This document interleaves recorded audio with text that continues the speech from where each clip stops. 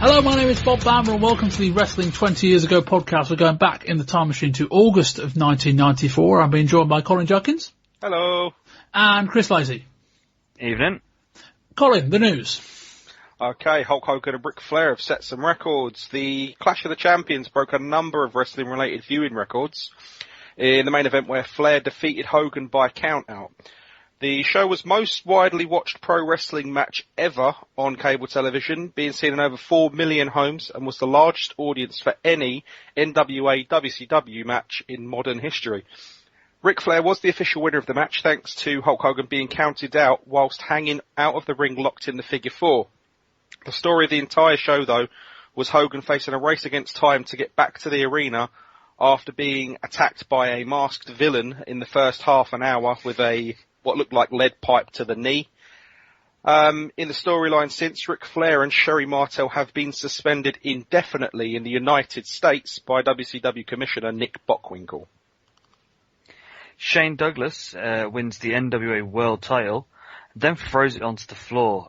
Shane Douglas won the NWA World Heavyweight title in the tournament final at an ECW event recently, but would cause massive waves when the legends that previously held the title would kiss his ass and threw the title down. The plan, which was weeks in the making, was unbeknownst to NWA board member Dennis Corlozzo, and the event was described as a double cross, with only a handful of names, Douglas, Paul Heyman and Todd Gordon, amongst them knowing what the plan was. The event marks a sharp turn in the company's short history. Not surprisingly, the company has now dropped NWA's name, and from now on will be known as Extreme Championship Wrestling. Okay, WWF Summerslam was dominated perhaps by the best and the worst the company has to offer in the space of the final hour. Bret Hart retained his title in a cage match against his brother Owen, which was rated as 5 stars by Dave Meltzer, but the match was likely overshadowed by one of the worst main events in WWF history, as the returning Undertaker defeated the fake Undertaker in front of a near-silent crowd, which Vince McMahon attempted to cover up by saying that they were in awe of the two Undertakers. Post-match angles did dominate the show. Tatanka turned on Lex Luger, joining the $1 Million Man Ted DiBiase, and Jim the Anvil Neidhart with Owen Hart locked Bret Hart back in the cage after the title match and beat the champion down, while the other members of the Hart family, including the British Bulldog, watched on and tried to stop it. Clash of the Champions. Along with Hogan retaining his title, the Clash of the Champions saw Ricky the Dragon Steamboat defeat Stunning Steve Austin to win the United States Championship, and a major angle in the conclusion of the tag team match between Dustin and Dusty Rhodes and the team of Terry Funk and Bunkhouse Buck.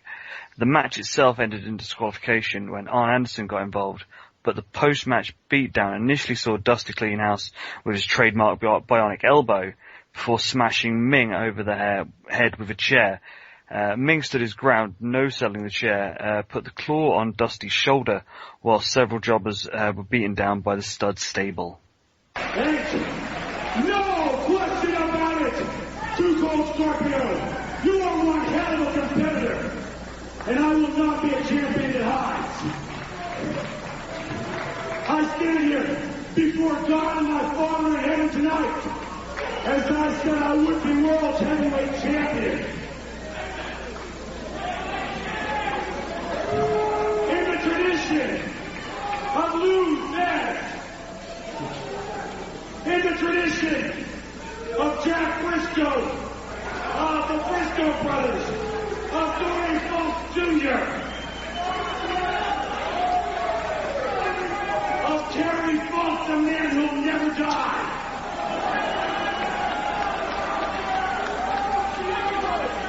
As the real nature boy, Buddy Rogers, upstairs tonight. From the Harley races to the Barry Windham to the Ric Flairs.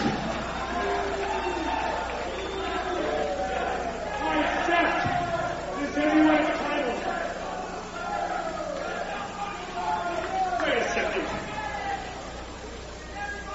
Wait a second. I'm Terry Von Erich. of the fat man himself, Dusty Rhodes. This is it tonight, Dad.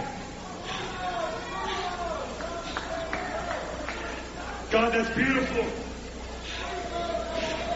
And Rick Steamboat.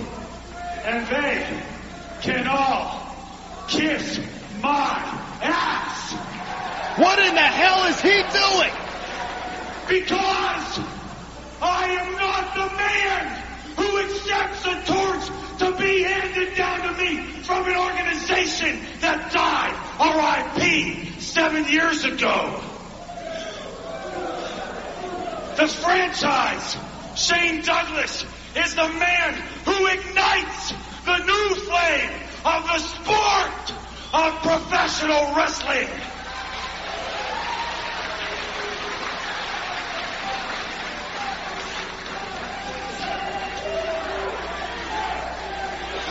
That's the ECW Tonight, belt.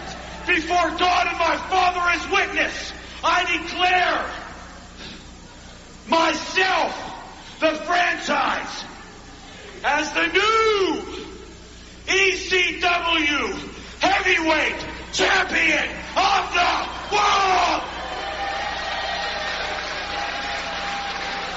Shane Douglas declaring himself We have set out ECW to change World the face Champion of professional wrestling. So tonight, let the new era begin. The era of the sport of professional wrestling. The era of the franchise. Taking a break from WWF and WCW action, we are filling in with the kind of 8 to 10 weeks of ECW that we've missed since the end of June. Obviously, last month we had the steroid trial, which kind of meant that any time I would have had to watch it would have been away. So Colin and Chris have left us, and I'm being joined by Del Muir. Del, good afternoon. Hi, Bob. And we are going to review a massive, I was going to say massive 2 months of ECW, but a massive like 5 days that have just concluded. We'll start with the news, as we covered at the top of the show, that Shane Douglas won the NWA World Heavyweight Championship and then threw it down after defeating Too Cold Scorpio in the final of the NWA Title Tournament that also included Chris Benoit, 911, Doink the Clown, portrayed by Matt Bourne, Dean Malenko, Osamu Nishimura, and the Tasmaniac. After the match, Douglas cut a promo that you've just heard, denouncing himself as the NWA World Heavyweight Champion, throwing down the title belt and proclaiming himself the champion of what is now, quote, Extreme Championship Wrestling. The tournament was NWA approved to happen in its entirety by the NWA board, and while it was assumed initially that Benoit would be winning the title, the plan in the days leading up to it was absolutely that Douglas would win the NWA Heavyweight title, as he is currently still recognised, we believe. What happened since the bell rang is said to be one of the most public double crosses in an industry full of them, and an unsizable blow to the declining legacy of the NWA World Heavyweight title. The company as we knew it, NWA Eastern Championship Wrestling, has been quote-unquote folded, and in its place is ECW, Extreme Championship Wrestling, dropping both the NWA link and the Eastern part of their name, which is believed because they wanted to get rid of isolation issues. Del, just talk me through your thoughts of this. I mean, a lot of this has aired on the latest episode of ECW Hardcore TV on the 30th of August. But your thoughts on this, both in terms of how it played on TV and just the event as a whole?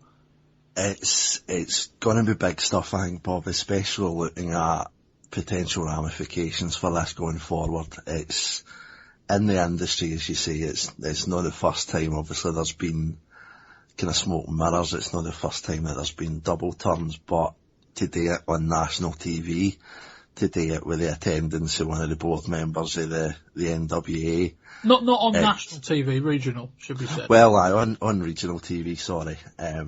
It's going to be big. It's going to be big in the coming weeks and months. I think how they go with this. Shane Douglas's build as the franchise, and if you go back and look at some of the episodes for August, especially the promo after the tournament, you can see why they're building that round him. What it means for the NWA, it's a bit embarrassing. Obviously going back to 91, looking at the Flair situation where they dropped the ball with him having the belt, they were trying to kind of get away from that legacy, and it was looking good up until the end, and it's just all went kind of balls up again for them. So it feels like the NWA has been like turned down by the ugly girl at school. Kinda. It's one thing to get dropped by WCW, a nationwide and international company with a lot of money and attendances in the thousands and big production values and all that, and Hulk Hogan on their roster now. It's quite another to go to a regional promotion that's less than 2 years old that gets a wee regional territory, lucky to draw a house over 3 figures. It's Yeah, and then for them to go, nah, you know what, even for us, this brand isn't worth anything anymore.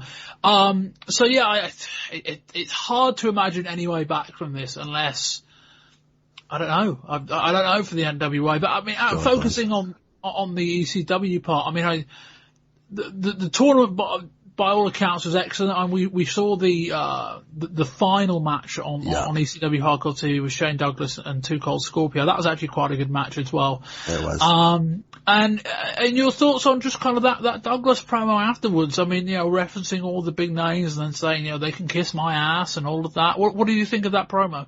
That's it, and I mean, even going back to the Gotchis and the Fezzies, I mean, he wasn't messing about with that.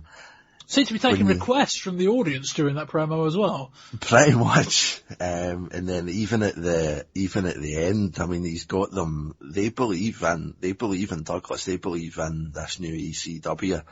And I mean, for them, contrary to what we've said about the NWA and how they're going to bounce back for this, ECW, the sky's the limit, I think, from now on. At the end, you've got them chanting Flair is dead, which is pretty frightening stuff when you're looking at what used to be seen as a regional territory that's kind of floundering along. As you say, they're only on regional TV. They are the ugly girl at the dance here compared to the competition that they've got. I don't see them holding back on this. I think they're just going to strap the rocket to this promotion and see where it goes.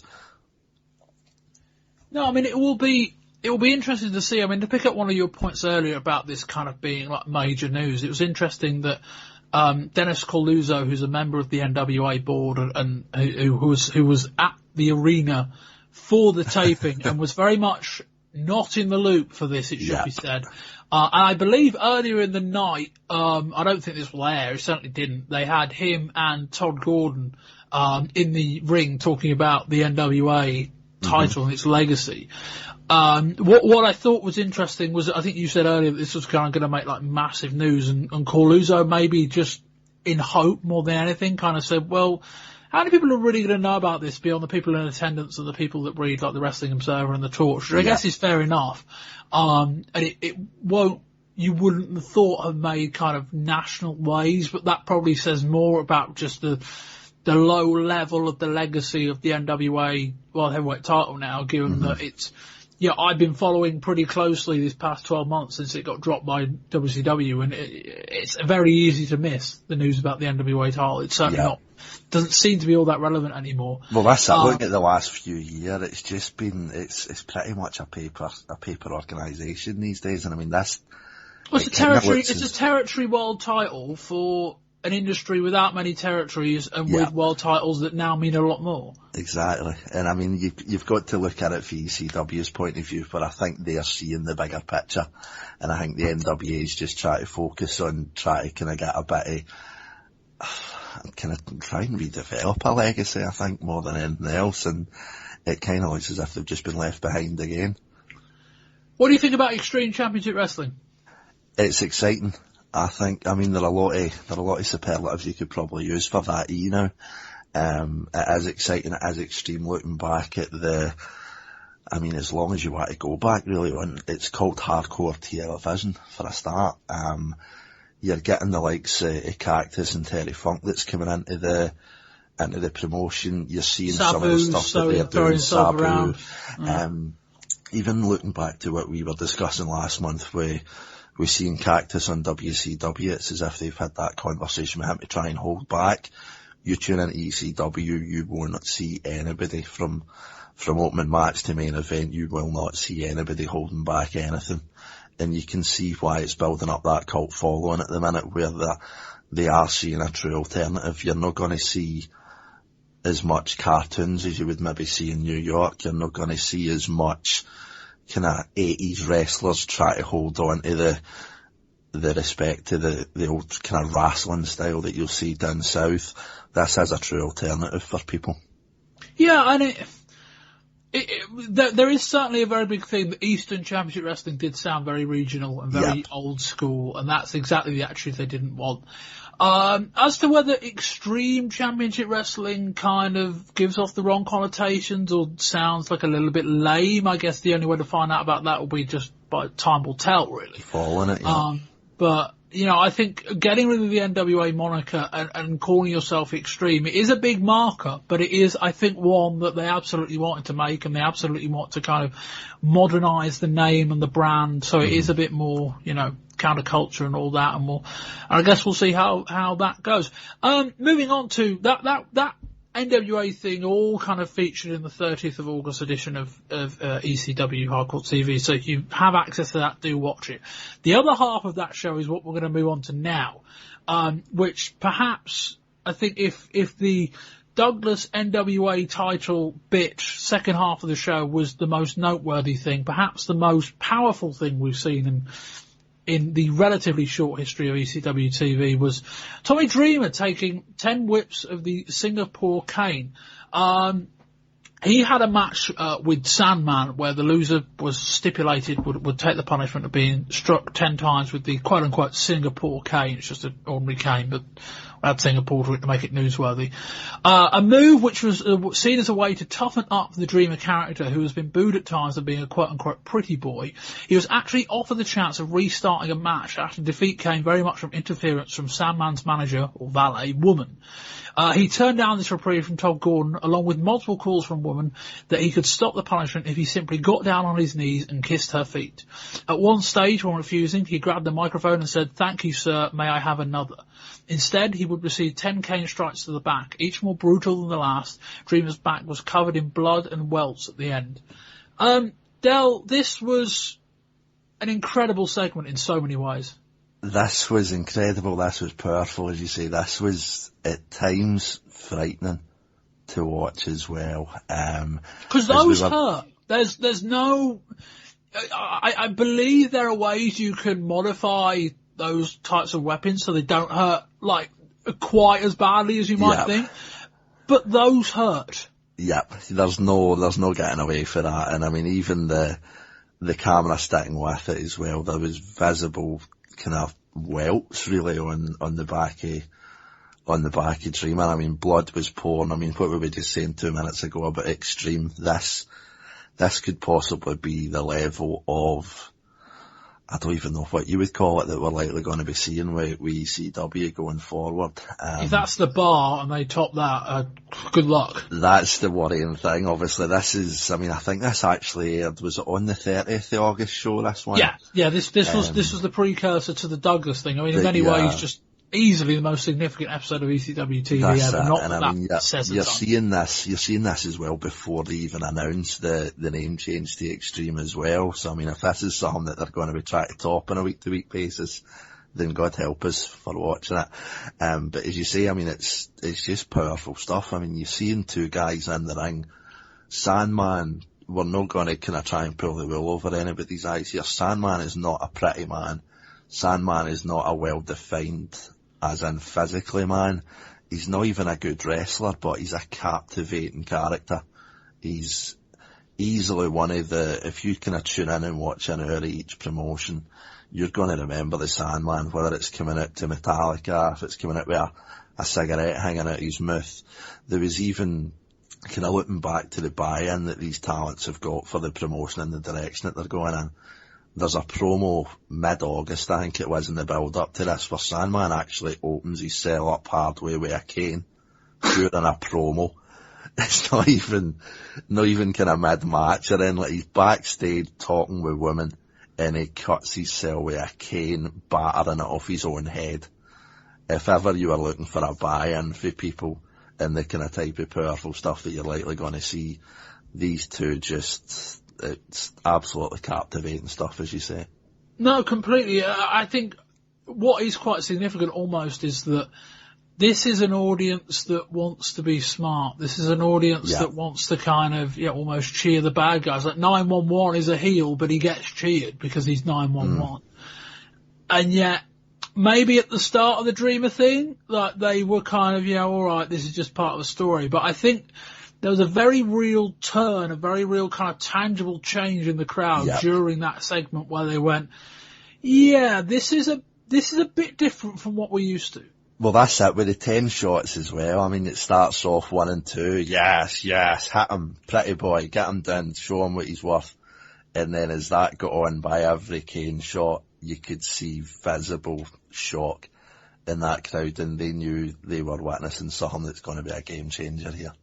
What do you think of Woman's role, both in that segment and just as a sidekick to Sandman? I think she's playing a perfect foil for him. I think so, yeah. I mean, looking back to what we've seen before, with our brief run in ECW with the likes of Sherry Martel, it's a spot that's got a place in this company. And I mean, Woman does carry it off perfect. I mean, it's been for me one of the most fascinating things about the product in this month. I mean, you'll see them backstage with Sandman and Woman, and their relationship and their on-screen kind of conversations between each other. It's just a captivating thing, and the way that that's brought into feuds. You've got Tommy Dreamer kind of trying to get into the head of Woman with kissing her in the ring when she's kind of trying to kind of hit him with a cane and things like that. You see the kind of relationship with, as I say, Sandman and Woman is really, really interesting. And having that as a backdrop to something that's so visibly captivating, and having that kind of psychology backstage and kind of what is going to happen with they two. Is it a case where we're going to see Woman go with Dreamer down the line, or it's just a really, really interesting thing, and I think she plays her part perfect. Hello, ECW. It's your friend Cactus Jack bringing you tidings from World Championship Wrestling. What this belt here says is that Cactus Jack is one half of the best tag team champion in the world. And it means a lot to me, because people say it's the first belt, it's the first title that Cactus Jack has had in a long time, and indeed it is very dear to me. Not anymore! Not anymore. You might think it's nice for Cactus Jack to come in, give one of the performances of his life, lose, and walk away saying I still got a title. But it's not true. Bang, bang! Because tonight, I lost the 3 titles that I'd held for the past 5 years. Most suicidal wrestler, ugliest wrestler, and Jack Kevorkian's favorite wrestler. So there's 1 of 3 paths that Cactus Jack can choose. 1, concede the title. Never forget. 2, outdo Sabu, but looking at my battered body, it's not physically possible. And there's a 3rd path, the road less traveled, that Cactus Jack must set his smelly feet upon. And that is simply to eliminate the competition. Eliminate the competition. Eliminate the competition. Sabu, I got nothing against you, except that you're this much better than me, but not anymore. How will you fly when you don't have a foot? How will you speak when you don't have a tongue? And how will you hear when you're not just missing half the ear, but the whole ball of wax? Bully dangerously, you hurt my feelings, because when you were looking for the most gifted man to bring down WCW, you didn't call me. You've got a phone because I felt it 3 times, but you didn't call me. I'm sick and tired of being a family entertainer. There's such a thing as a contract in Atlanta where I come from, but it don't mean nothing to me, because one way or another, I said it before and I said it again, Mrs. Foley's little boy is coming home. Bang, bang! Del, let's look back at first is the Cactus Jack promo we just heard, and going back a full, more than 2 months to June the 24th, the Hostile City Showdown, I was going to say pay-per-view, that's not right, the kind of special, the live event essentially that you can get on video. We didn't get the video until July, and then also there was no time to review it. But specifically looking at this Cactus Jack Sabu match and the pair of promos, we heard the Cactus Jack one. I didn't play the Paulie Dangerously one just because it would have made the segment longer, even than it will be anyway. But, you know, Cactus Jack throwing down his WCW tag team title belt. He's since been stripped of it, and apparently WCW were not happy with him throwing that down at all, although I think they should have just got over it. But firstly, we'll start with the match, I think, before we get to the promos. What did you think of this Cactus Jack Sabu match? Even just going back to the absolute start, Bob, it's one of the lost arts in wrestling these days that you'll maybe only see rivaled by the Undertaker, is even just something as simple as an entrance. Sabu feels like a big deal. Sabu feels like it's something you've never seen before. Coming in the gurney, coming in with 911 and Paulie, as soon as he gets released for that gurney, you feel, what the hell am I going to see here? I think like even the small things, as you say, once he got in the ring, like 911 held him in the corner while Cactus Jack came out and while the reintroductions happened. Exactly. And then 911 just let him go and unleashed him. And that's it. As I say, you always feel with either one of these two that you don't quite know what you're going to see. And when you get them in the same ring, it's just marvellous to behold. No, I completely agree. I mean, the match it kind of spilled to the outside on numerous occasions. There was multiple tables used at one point. There was, I think they were broadly on the outside, and obviously 911's out there, so it's effectively a handicap match for most of it anyway. Cactus Jack gets laid. 911 and Sabu open up the guardrails so that he can put the table kind of beyond where in theory seats should be, although people are kind of scattered. Lays Cactus Jack on the table, then does a springboard moonsault from the apron ropes to the outside through a table. That was great. Brought back in the ring and everywhere else. There were chairs involved. Paulie Dangerously got involved, all the above. A little bit of a soft finish, but I think it was more they want to do this match again. I think Paulie Dangerously hit Cactus Jack over the head with his phone, which is something we haven't seen actually all that much, I don't think.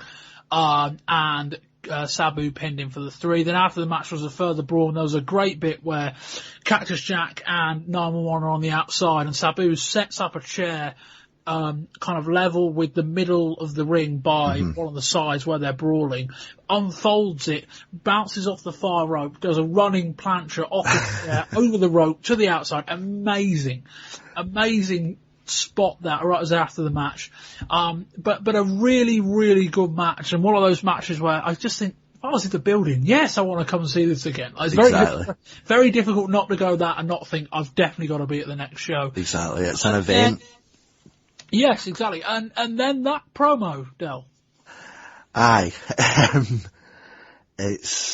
You kind of feel like when you're watching hardcore TV that you're going to see something getting unleashed. And when you see someone that's got the mind of Cactus Jack, I mean, there was some of these throughout the month. Even I sat down an interview with Terry Funk. He's so intriguing. And you genuinely don't know what's going on in his head. And then when you give him a live mic and some of the stuff that comes out, you just can't take your eyes away from it. It's very difficult to watch this and wonder why WCW aren't doing more with him. I think they're about to turn him heel, which I think is a mistake, or in fact they have now. And you know, he was in that run kind of mid last year with Vader and having some great matches and some really good promos. And as much as I've enjoyed his tag team work with the Nasty Boys and with guys like Max Payne and Kevin Sullivan in the last 6 months, it's amazing that they've not set him up for Hogan. Not that he'd beat Hogan, but I don't know why they're not priming him for that match, because that could be, alright, I guess they're both faces, but, and maybe they turned him heels to do just that. But I don't know why they're not priming him for that spot, because I think that'd be something really different, and really good. And you watch all of this and you're just like, he's got talent. He is unique in so many ways, and yet I feel like a company like WCW could find a big spot for him. I totally agree. I think he just needs more. Give him more time, let him develop. The on-air development that he's going through, even just in the short time that you see him in ECW as well, he's just something completely different, which can never be a bad thing for me. I want to take a quick minute to talk about Sabu, because we haven't seen a ton of his matches on ECW Hardcore TV, and through time constraints and through just not having a big event, we haven't really spoken about Sabu in this last 6 months. But I do want to underline just how good Sabu is. He's absolutely unique, as you say, that spot with the chair and then doing the diving springboard to the outside off the top rope. You're not going to see that anywhere else, Bob. No. Certainly not with all the changes in both major national companies, where it's almost, to come back to the thing about the name change earlier, it's almost perfect timing in the sense that it seems to be in both companies in the last 2 months, they've both said, either by choice or more just by like kind of happenstance or just by order, that they're going to have to rein in their own in-ring style. Yeah. And this is kind of like, the more those forks in the road kind of diverge, the more unique ECW will become, and the more that I think people might gravitate to this style. That's that. I mean, we had, I think, was it the Clash of the Champions in June, where we had the Nasty Boys, Cactus Jack, Kevin Sullivan match, where it was, okay, it was free TV, so you maybe wouldn't have ordered the walk-in brawl that we saw at something like Spring Stampede. Mm-hmm. But that was them almost in the constraints of, because you could have given a little taste of what they were doing, but they couldn't. That's it. I mean, it almost even seemed like backwards booting at the time as well, where we'd seen the two brawls with those 4 guys in the ring, and then almost as a climax, it goes back to a straight up in the ring tag match. And between it's almost 4 guys that just aren't remotely suited to that kind of exactly. And I mean, it's an overused saying, but with this ECW situation and the name change and Cactus being there, Sabu, it's almost as if the stars are literally aligning for them, especially with what's happening with the 2 national promotions as well. This could really be something where they can fill that gap in the market. No, and we go back to WWF Raw in June or July, that segment with Joe the King Lawler and Duke the Drumpster Druzy, with the thing with the trash can, and they had to, because they were live, so they couldn't edit it, and they had to quickly pan out. They didn't mention it for the rest of the show, and then the following week Jerry Lawler gave a, in kayfabe, very forced apology, and it's quite difficult watching that, particularly as it's not, you know, you can understand the apology if it came for something like quite brutal, but it was actually something fairly kind of placid, really. Pretty mild, yeah. And all of that, but just, again, one of those things where I'm looking forward to where all this is going with ECW. This 30th of August edition of this show is, I would say, must watch. Above any episode of Raw, any episode of WCW Saturday Night, any episode of anything we've seen, I would say that hour is the most significant 1 hour non-pay-per-view that I've watched this year. And Del, to fill in all the gaps, you've got the TV and kind of live event recap for us, for covering kind of the last 10 weeks. Yeah, another couple of things that happened. A further look at the Sudden Rise of Extreme, saw that Perry Mick Foley and longtime friend Terry Funk caused major concerns at a recent live event. At the end of their match, both participants evoked a pretty riotous atmosphere when they actually asked the crowd to throw their own chairs into the ring. It actually forced the premature end of the show. And just to butt in, having seen this segment recently, we're not talking a few chairs. No. We're only talking 50, We're talking 60. at least 4 or 5 rows deep. And everybody folding up metal chairs that you will see swung in a ring maybe once or twice a month, thrown into the ring. And visually, it's up there with Tommy Dreamer and Sandman for me for a visual, Bob. It's something to behold. Yeah, I mean, you can see people around ringside scarpering, and whoever they were, I think the Public Enemy legged it as well, because they were interfering in that match. Yep. And I think Terry Funk just says, "Throw me a chair." And so one comes in, then another comes in, then a third, and then he's in the middle of the ring. Cactus Jack is in the corner. Cactus Jack realizes, I can't get out of here. Funk just kind of like lays flat on the floor, like, I can't go anywhere. And it's just a deluge of chairs. And one thing we found out is that your average ECW attendee has an above average throwing arm. It was pretty impressive. I mean, it's just, again, come back to what we spoke about earlier, Bob. it's that buy-in for the crowd that just makes this a really, really exciting time, I think, for this company. Getting away for the NWA Eastern tags, that kind of gives it a bit of a kind of carny feel, a bit of a localised feel. Seeing stuff like this, that how often these days, mid-90s, can we say you've never seen this before? And we've seen it at least twice just in what we've briefly discussed here. See it twice in about 45 minutes of one TV show. In one show, aye. Yeah. No, very good. I'll carry on with your TV review. You've not just lastly, Jason, that you might be aware of if you've been watching the show, Jason Stable's rapidly expanding. There was a second Pitbull revealed this month, and also a Chad Hostin heel turn. Bad Chad actually laid down for the Rock and Rebel during the match to join Jason and his stable, taking his numbers to 4. Jason's also actually returned to the ring as well, making 5 active competitors altogether. With the help of the group, Jason actually won the TV title from underdog Mikey Whipwreck at Hardcore Heaven recently. And Whipwreck himself has moved on to team with Cactus Jack and get the tag titles off the Public Enemy. The title change is still to appear on TV, but Whipwreck actually replaced Terry Funk, who wasn't at the event. And that will end that part of the segment. Del, thank you very much for joining me this afternoon. Not at all, pleasure, Bob. You are on Twitter. I am just Del_Muir, DEL_MUIR on Twitter.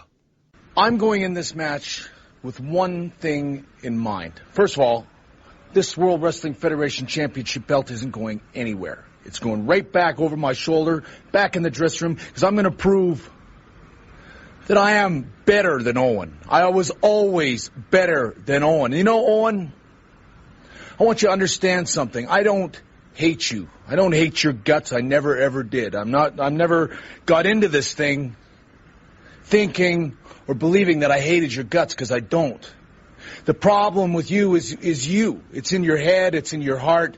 Jealousy is a horrible thing. It's an ugly thing that's, Neidhart, now that might be a different story. Maybe I might just go that far and say I hate his guts, because I believe right inside my heart that it was Jim Neidhart right from the start that started all this stuff. He's the one that planted the seeds of jealousy in Owen in the first place. Owen, I don't hate you. I just kind of feel sorry for you. And in this match, brother against brother, Cain and Abel, whatever you want to call it, it breaks my heart to think that it's come this far, that two brothers are going to be in the most, this is barbaric. This has nothing to do with what we grew up with, believing in wrestling, exchanging holds and all. This has gone way beyond that. This is out of the dungeon now. This is a dogfight. This is like caged animals, and it's something that I'm not very proud of. But the fact is, it has to stop. You know, people don't understand when I got my mother come up to me with tears in her eyes and beg me to see this thing end. My father wants to see it end. Everybody wants to see it end. And I've tried to end it. I've tried to find some place to stop it. And there's no place you can end it, but now I see this is it. It's going to be an ugly fight. It's going to be a dog fight. And there's going to be one winner and one loser. And I'm not going to lose this thing, Owen. I'm going in there with every single thing I got. And I'm going to beat you, brother. And I just hope, after it's all said and done, that you can live with it. Thanks very much to Del for that. We're back now with Colin and Chris, and we are looking at WWF Summerslam. Colin, if you could start by telling us the results. Okay, in the opener, IRS and Bam Bam Bigelow defeated the Head Shrinkers by disqualification. Alundra Blaze defeated Bull Nakano in a match for the WWF Women's Championship.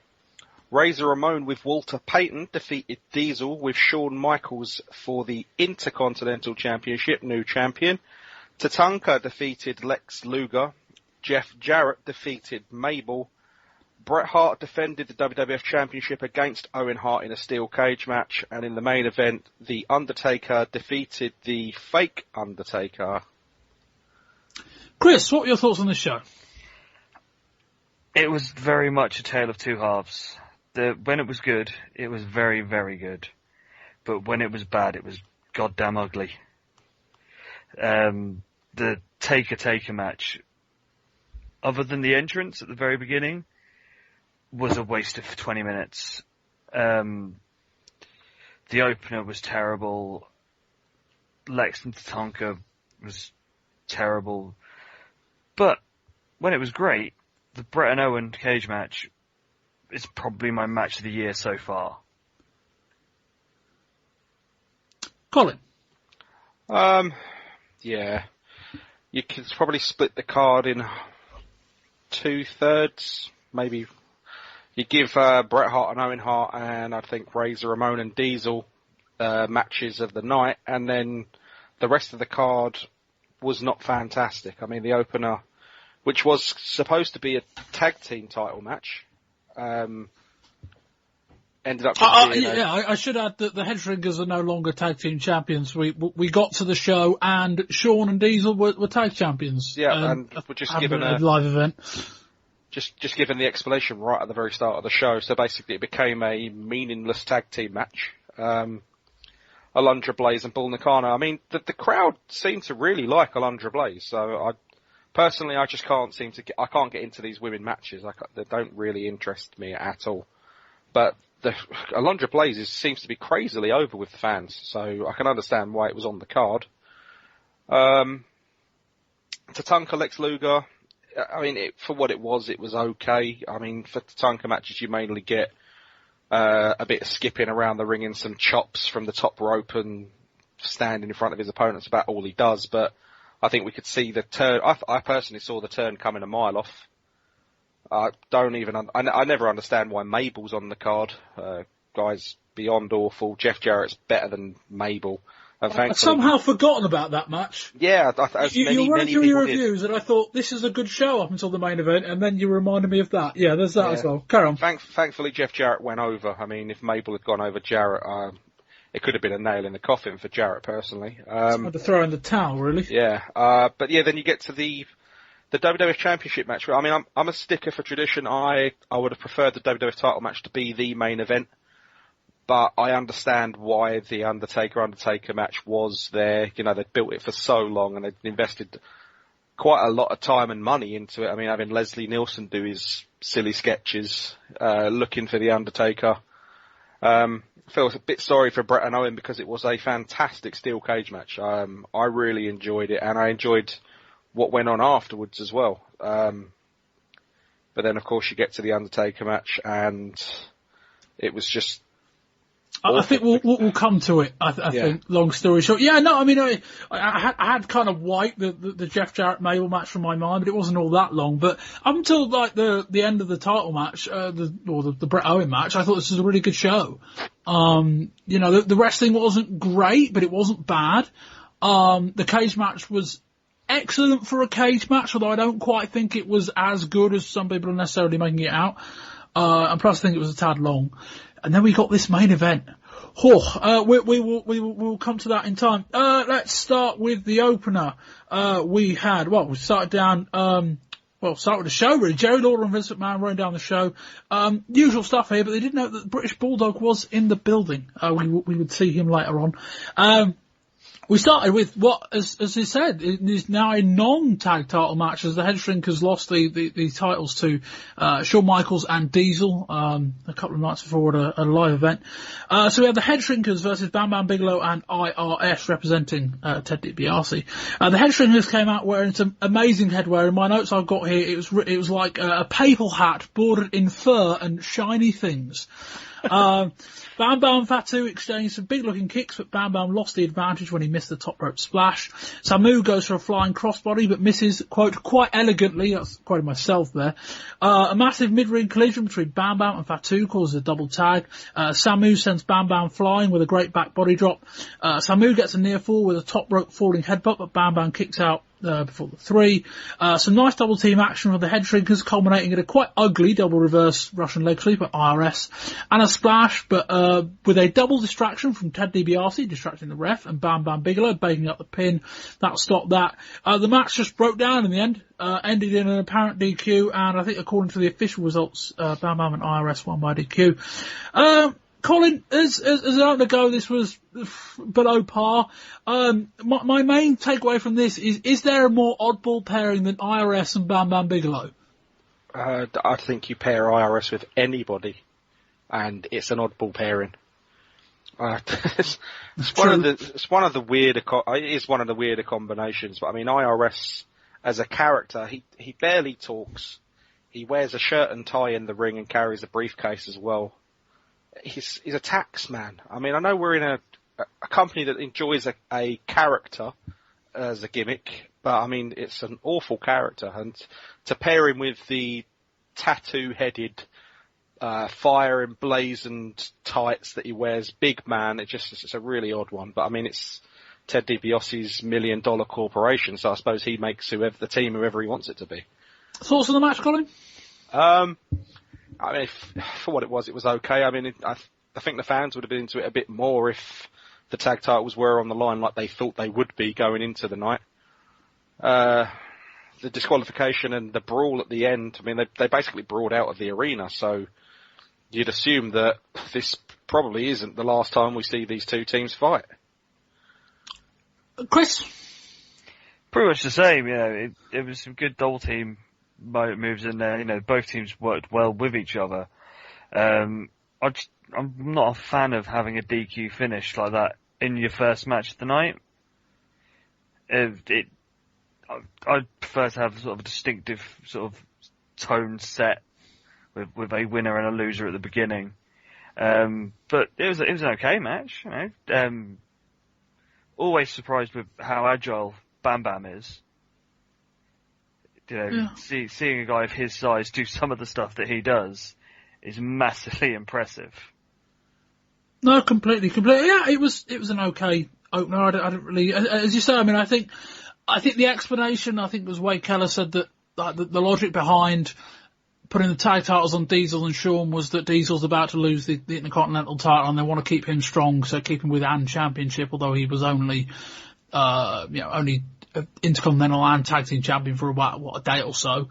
But yeah, it was fine, but again, that there is no worldly reason other than the fact Ted DiBiase manages them both that these two will be together, and they don't seem to have much chemistry or much reason to belong together.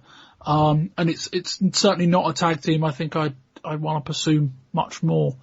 Then we cut to first of a few Leslie Nielsen segments investigating The Undertaker. Colin, we'll address these now. These were awful. Just terrible. I'd like to have been in a meeting where somebody suggested that, we have Leslie Nielsen and the Naked Gun team do an investigation into where The Undertaker is. Because... And they didn't even solve it. No, they didn't. Surely you bring in Leslie Nielsen, he solves the thing. We'll come to it at the end, but we get to the post-match of the main event, and he's sneaking by an open casket, and then he goes, look! And he walks over, and there's a briefcase, and he goes, well, it must be case closed. This whole thing set up for a bad pun at the end. A really bad pun. Chris? Oh dear. It's terrible. Shall we move on? Yes, because nothing else to really go with after what Colin said, really. I will come to those. I will mention those points as we get to them. Then we have Bull Nakano versus Alundra Blaze for the Women's Championship. Alundra Blaze comes out wearing a big cape. And then Bull Nakano, I wrote down that it seemed like both competitors were trying to outdo each other in the dress stakes. As Bull Nakano came out with the best hair I have ever seen in a wrestling match before, or probably since, or after even. In terms that I don't even know if it was real hair. She had like normal long hair, and then at the front had like a foot of hair spiked straight up. I have it on good authority that it is her real hair. Right, that's good to know. But at one point, Alundra Blaze did set up for a pile driver, and I thought, well, that's probably not going to hurt much. She'll just bounce. But we had Flower Girls presenting both competitors with flowers, but shockingly, Luda Vachon, who was in the corner of Bull Nakano, took her bunch and whacked Alundra Blaze over the back of it. Nakano dominated the early proceedings, tossing Blaze around the ring, using her hair for the advantage. Blaze hit a lovely Hurricane Rana, but only got a 2 count. Nakano locked in what I had as a kind of Boston Crab sharpshooter hybrid, underscored by rallying USA chants as Nakano kind of comes from Japan. Then locked in a lovely submission, which was kind of a scorpion with a body lift, which got a really good reaction from the crowd, who were very impressed with that. Blaze go for a roll-up, but Nakano roll it into what looked like an armbar, but Dave Meltzer was saying that apparently that's kind of quite a big move in Japan, but neither the announce team, shockingly, Vince McMahon, or I think any of the American audience really got the significance of that move. Was it what a maneuver? Possibly. Yeah. And then Blaze got some momentum and the crowd rallied behind her, set up for a pile driver, but as Lauder says, quote, she'll break her hair. That's Nakano, of course. We've got a backside for a 2 count. Blaze goes for another Hurricane Rana, but Nakano sits out into a powerbomb. Nakano then goes to the top rope for a leg drop, misses. Blaze stands her up, hits a German suplex with pin. And, Chris, the crowd went bonkers, and they were really into this. Which is quite refreshing to see that you give Alundra Blaze someone to work with, and she pulls out a great match. It was really, really good wrestling, so the crowd appreciate a good show.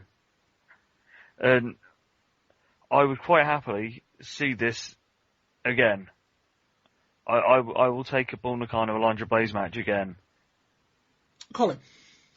As I said earlier on, I'm not a massive fan of the women's wrestling. I don't find it very easy to get into. But it was a good women's match. And as you said, Bob, when Alundra Blaze got the pin, the crowd popped like crazy. It's probably one of the bigger pops of the night. They are really into Alundra Blaze. I mean, I don't know if it was anything to do with the USA beating Japan, or if they just do actually genuinely like and are behind Alundra Blaze, but it was an okay women's match. It was enjoyable enough for me that I'm not really a fan of them. No, it wasn't too long, which I have criticism of a couple of matches later on being too long. The action was good, and it was one of those things where, like, Nakano played a very convincing heel, and I think part of it was the whole kind of representing Japan thing that made her easy to boo, but she played her role very well. And Alundra Blaze is someone that's very easy to get behind as a face in that kind of scenario.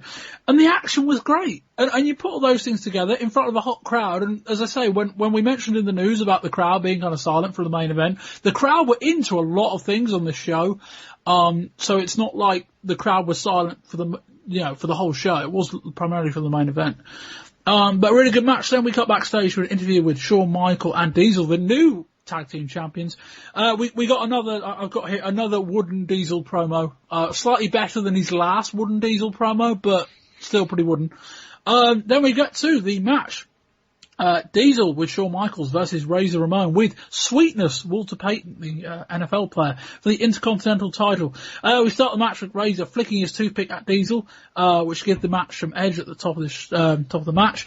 High energy start, if a bit clunky. Razor whips Diesel into the corner, but runs into an elbow on the follow-up.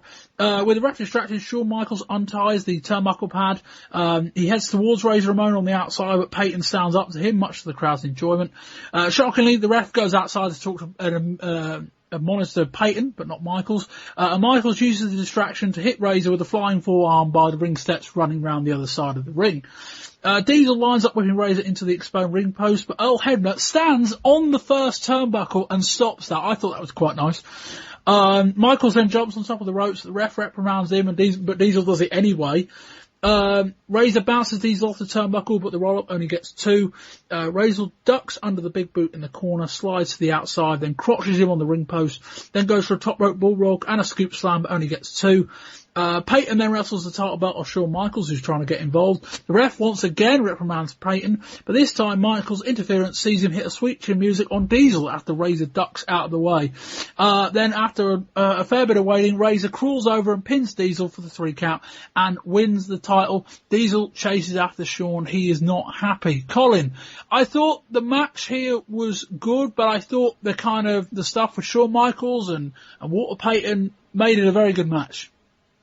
Yeah, I mean, I was a bit sceptical at first when I heard that they were going to get this NFL Hall of Famer Walter Payton involved because, he's an outsider and he's there because he's famous in the town that the show is in.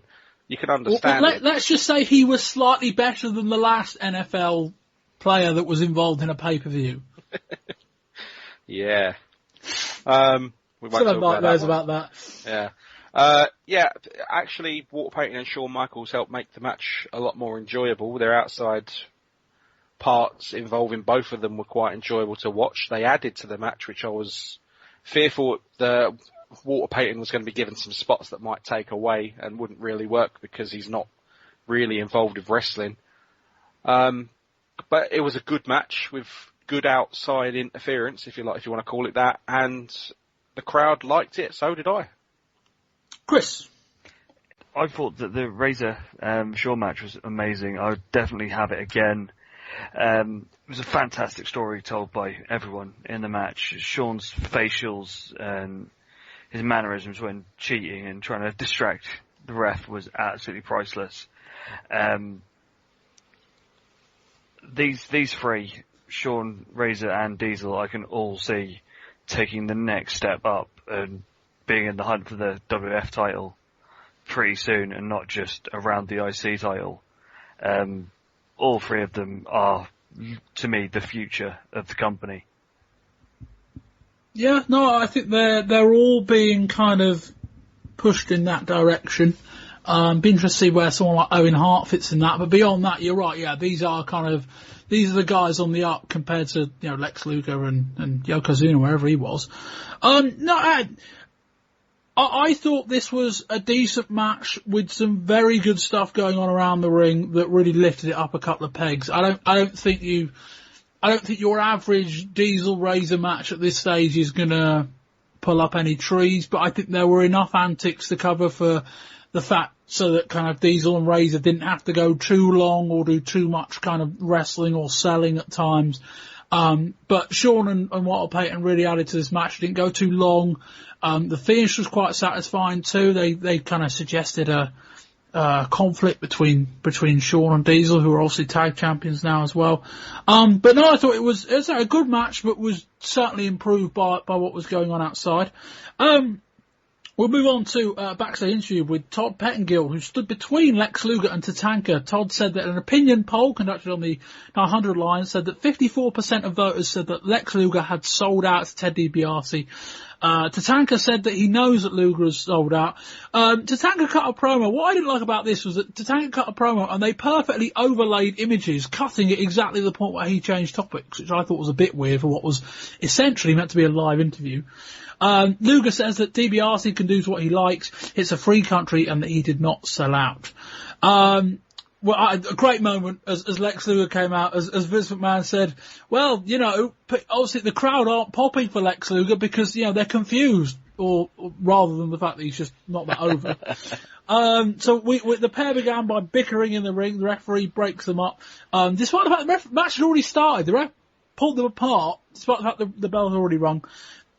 Even going early on with Tatanka working on Lex Luger's arm to little effect and Luger getting a roll up for a 2 count. Tatanka missed a crossbody from the top rope. Luger hit a pair of intense clotheslines and out walks Ted DiBiase carrying a bag of money and offering it to Luger. Tatanka picks on the distraction, goes for a roll-up, and gets the 3 count. After the match, DiBiase stepped into the ring, and as Luger and Tatanka were arguing, Luger turns to DiBiase, kicks the money away, but then Tatanka attacks Luger from behind, aligning himself with DiBiase. The pair hug. The beat count continues, and nobody comes out to help Lex Luger, which is wonderful. Maybe nobody does like him. Maybe the lack of crowd reaction stems to the locker room too. And then Tatanka puts the $1 Million Dream submission on Luger. Ted DiBiase looks very pleased. Chris, your thoughts on this? At least it was quick and painless. I absolutely hated it. I could see Tatanka was gonna turn sort of really early on in the match. It furthers the story, but I could do without seeing it again. It's one of those, at least it's done now. Got it. Well, unfortunately, I don't think it is done because, Lex Luger's got to get his revenge. And Lex Luger's started about 4 feuds this year that haven't gone anywhere, so maybe that's the gimmick. Yeah, but then what else has he got going on, really? Well, that's true. It was said it was a standard, for me it's a standard Tatanka match. They're never really anything too in-depth. They're not really a technical wrestling match, which in fairness suits Luger as well because he's not that great a technical wrestler either. I think I think very early on in the feud, all the build-up on WWF television, I think it was always obvious where they were going to go, because they weren't going to turn Lex Luger back this soon after they had their stellar failure of a push for him. Yeah, I think Tatanka has really been quite irrelevant ever since they ended his undefeated streak. And this is the only way they can try and use him in a different way, because otherwise there's not much use for him anyway. I like how at the top of the show I said about the oddball pairing of IRS and Bam Bam Bigelow. I think the perfect third wheel for that would have to be Tatanka in the Ted DiBiase stable. I don't know of three wrestlers that complement each other less than those three. That all being said, the match was nothing to write home about, but Chris, as you say, it was short. I thought the main event, I thought the actual angle that finished it was quite effective. Whether it was predictable or not is maybe a matter for discussion, but I thought the crowd were quite into it. I don't know that everyone saw it coming. And yeah, I'm intrigued. Not much more, but I'm intrigued to see where it's going. I'm glad they didn't turn Luger. I still think that as much as Luger's kind of, they've probably given up on him as being a main event player, I still think he can be a very solid kind of upper mid-card babyface. And there's nothing wrong with that role. He's the kind of guy they can prime, they can put him with Diesel soon, or I guess those matches could get quite ugly. But that's the kind of feud where like Luger can be a stepping stone for Diesel before he gets to Bret Hart. But I thought the angle was effective. I think Wade Keller made a good point when he said that it would have been more effective perhaps if Tatanka hadn't been kind of such a jerk beforehand to Luger, rather than, if he'd have been a bit more honourable and said, well, I think you've turned, but I would never do that. Whereas more he's kind of getting quite angry with Luger to the point where, okay, I guess you should sympathise with Luger given that he's the face, but it probably made the turn slightly less shocking. But no, I thought the angle was quite effective, and the match was about as good as it was going to get, and thankfully it wasn't very long. Then we get to Jeff Jarrett versus Mabel. So we started the match. Mabel did his own version of the Jarrett strut, which got a good pop. Jarrett did a leapfrog to Mabel, which is very impressive. He then lied on the floor, going for that old kind of chain wrestling style right off the ropes. But Mabel just stood there and just dropped an elbow, which is quite funny. Mabel does a nice spinning back heel kick, as he always does. Then we get Knuckleball Schwartz in the crowd, who walks out and does nothing for the entire show, as far as I can see. Knuckleball Schwartz he's a baseball player. That's the gimmick. Amazing. Jarrett goes for a sunset flip. Mabel sits down on it, but Jarrett moves and gets the quick 3 count. Colin, this was bad, so bad that I'd forgotten about it. I was tempted just to skip, but your brief thoughts on this show, and correct me if I'm wrong, Knuckleball Schwartz, did he appear again? I didn't imagine that, did I? No, he was in the crowd with his I'm on strike sign. That's just Vince's way of getting a little reference to the Major League Baseball strike that's currently ongoing. That's it. If I followed MLS, I'd probably literally, that is the only relevant thing that happened in this match, because you can talk about the next one if you like. It was rubbish. Didn't enjoy it add, Chris? I quite like Jeff's jumping sleeper. That was about it. Yeah, no, in the brevity we got, Jarrett did a couple of impressive things. There were a few minor high points in what was otherwise a snoozer, but I don't get the Mabel thing. No, like he's just really fat. That is the gimmick. And we've had really fat wrestlers in the past be really over, but he's not really over. And in a tag team, with kind of Oscar wrapping, Oscar's still there, but I don't know where Mo's gone. In a tag team, maybe, they're all dressed up, bit of music, like Mabel can come in and do a couple of moves at the end of a 4-minute match, maybe that'd work. As a single, I don't know where this is going. I've no idea. And they seem to have this, I say that, he lost, so, maybe they seem to have this obsession of trying to put him over as one of those agile big men. But in reality, he's not really that agile. He does the spinning heel kick that he does is nothing more really than a front roll that he just leaves his foot up in the air as he's going down. Yeah. I don't think it's really, I really just don't understand the fascination with this guy. Chris, why don't we put him in the stable with Tatanka, Bam Bam Bigelow and IRS? Yes. And he can, because, you know, he can be the token guy for the whole group, and no one will know why they're all together other than money. Put dollar signs on all of their bums, on all the gear. They're there for the money. Don't put dollar signs on Mabel's bum. You need about 7 of them. Yeah. He could still wear shiny gold. Yes. Yeah, that would sort of make sense, and have purple dollar signs because he likes purple. Do you think the whole idea of the $1 Million Stable is just to hoover up all the really terrible gimmicks, like throw in Sparky Plug, throw in Knuckleball Schwartz, throw in Duke the Dumpster Druzy, throw in Adam Bomb, just all of the terrible gimmicks, and then like Ted DiBiase gets exported, and it turns out he's paying them all, they can fire them all. Yes. I like this thinking. Yeah, it's as good an explanation of the stable as any, because there's not really much else in this. Let me move on. Right, after this match, we were setting up for the cage match, so we had a lot of time to kill. In amongst some video packages, Vince McMahon says there are, quote, super sleuths amongst the crowd attempting to solve the mystery of The Undertaker. And then we had Colin, who was the other bloke? There was Leslie Nielsen. Who was the other guy? That was his partner out of the film, wasn't it? I can't remember what his name is. He's as irrelevant as the whole little shtick they did. Yeah. They were. I think he was on the entrance ramp. They were stood kind of in the crowd next to an opening, and then behind them, the Undertaker was there. They were in the crowd, yet they were in the aisleway where the crowd wasn't allowed to go. That's right. And they seemed. You would think, as I said earlier, you bring in Leslie Nielsen and he would solve the case. Yeah. He did not solve the case. He didn't get close to solving the case. George Kennedy. Oh, well done. Well done. Good to see someone's taking notes. I don't even remember the name George Kennedy being said at any point during the show, but whatever. He says by George, and then he's standing there and it's by George. I think we've devoted too much time to this already. They full name him. Right. They know solved his surname. So Vince McMahon was interviewing the Hart family at ringside. Colin, the British Bulldog's back, and he looks completely different. He's even bigger than he was before, which in the shadow of the steroid trial I thought was quite funny. He's got this kind of long matted hair, kind of parted down the middle, so it's kind of like going down the side of his face. It's like a big mane.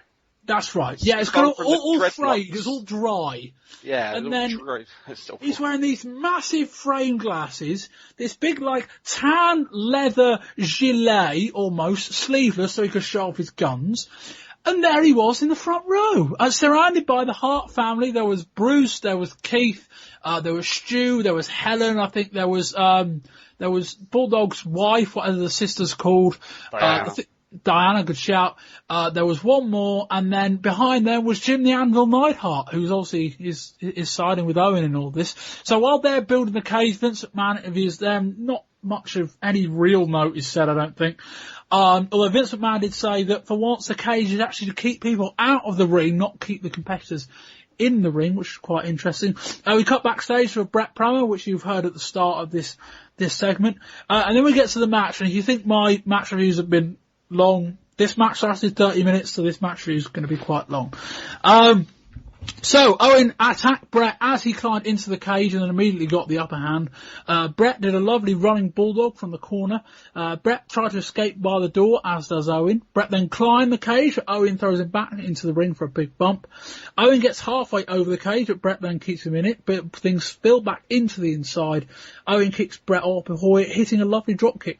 Bret goes to climb the corner. Owen yanks him back into the ring, and Bret lands quite violently on the top rope.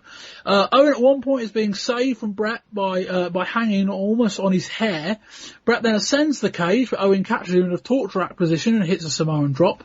Owen hits a pile driver on Bret. Owen knocks Bret to the floor while climbing, but appears to fall badly and flip over the rope.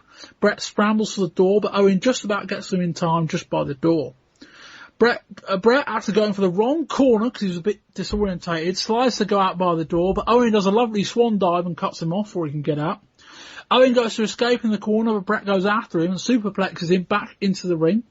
Bret goes to escape after a long delay, selling the move, but Owen locks in a sharpshooter. Bret reverses it somehow into his own sharpshooter for a very impressive spot. Both climb to the outside. Bret ties up Owen's legs kind of back through into the ring and then falls to victory and wins the match and retains the WWF title. After the match, Anvil climbs over the guardrail, which is kind of on the entrance ramp, and kind of Bulldog and Diana are sat 2 rows in front. He lines up, runs, clotheslines Bulldog from behind, knocking Bulldog and Diana over the guardrail into the ring.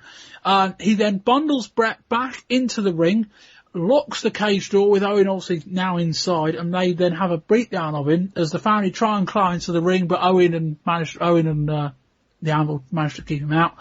Eventually the faces do get in. I think it was Bruce and Keith who were helping Bulldog.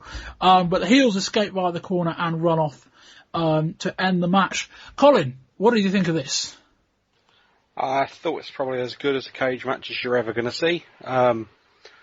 It kept me entertained the whole way through. I mean, I think you said earlier on it was a bit too long. I didn't notice. I thought it was a fraction to, like, I thought kind of, because of the limitations of the cage match, I kind of felt that they, about 20 odd minutes in, they kept kind of reprising the same spots a few times, kind of big move in the ring, one goes to climb, the other one just gets there in time, throws them back into the ring, they sell for a bit and they go again.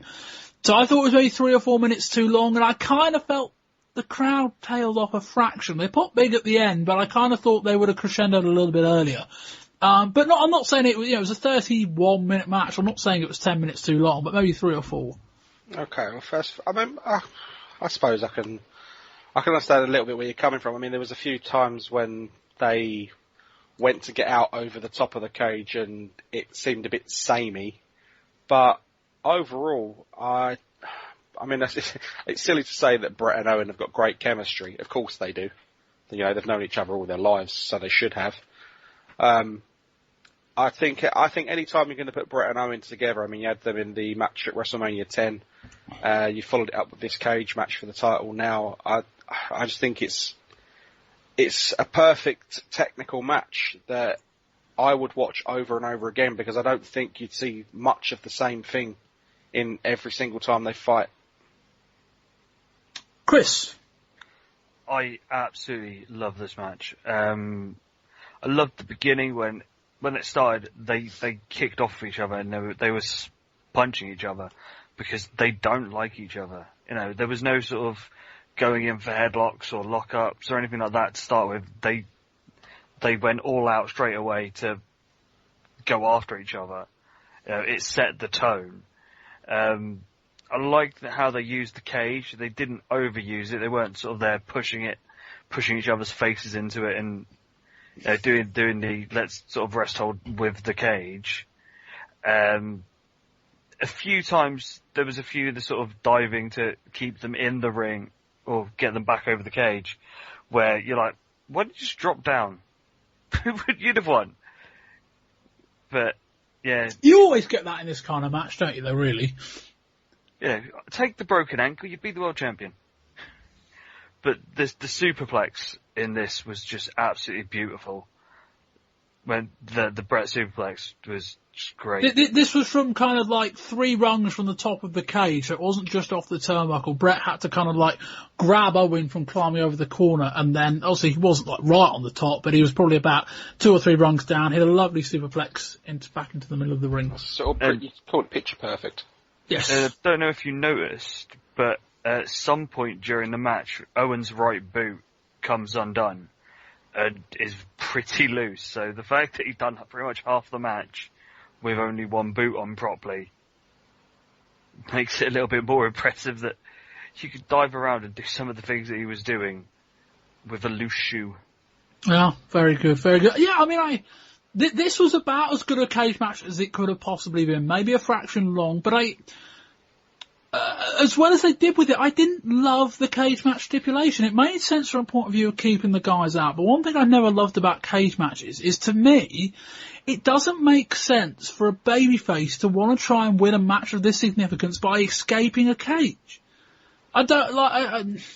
It makes perfect sense for the heels to try and win in such a lousy way, but I almost kind of would have said, look, erect the cage, if you want to do that, fine, because it makes sense because you want to keep Anvil out, that makes sense. But why not have pinfalls and submissions in the ring rather than having all of these spots over and over again? Because it limited what they could do between the escape parts, because you can't really build up much momentum because you kept just going back to escape. As I say, it was a fine match for the parameters that they set. I just think the parameters they set might have limited it a little bit. That being said, there were some exceptional spots. The superplex was excellent. The sharpshooter reversed into another sharpshooter was very good as well. And the crowd was super into it. As I say, I think if it had ended 4 or 5 minutes before, the pop would have been slightly bigger. But the match ended with both of them climbing down the side nearest to the entrance ramp. They were kind of side by side, and then Bret managed to kind of lock Owen's leg between the cage and the rope. And then jump down for the victory. Chris, we haven't spoken about the post-match antics yet with the Anvil not locking Bret back inside the cage with Owen, but I thought that was excellent. Yeah, other than the fact that Anvil couldn't get that padlock shut, which thankfully Bruce and Keith did quite well to, sell it cover enough up, yeah. That he was having a few difficulties. But I loved it when the Good brothers finally got in, and Anvil and Owen scarpered as quick as possible like naughty little children. Yeah, I mean, it was only ever going to be believable to a point that 2 guys on the inside could restrict 3 guys on the outside from climbing in. I thought they just about held it for as long as they could, and then I actually was quite happy with kind of like the faces were kind of clambering 3 sides, so the other 2 ran for a corner and climbed up that and kind of shimmied up and down. Although you kind of wonder, given how quickly Owen managed to get out, why he didn't get out like 5 minutes earlier at that pace and win the match. Don't mention that. Sorry. So, yeah, I guess Anvil, it would have made more sense if Anvil would have put him on his shoulders and clambered him out, but whatever. Yeah, but, I mean... Colin, go on. The only bit that made me laugh, really, with that last bit after the match, when Anvil clotheslined Bulldog and Diana over the barricade. Why did he clothesline Bulldog? Well, no, I think the idea was that Bulldog, obviously they're bringing back Bulldog, I presume, to wrestle in a variation of this match, presumably at Survivor Series.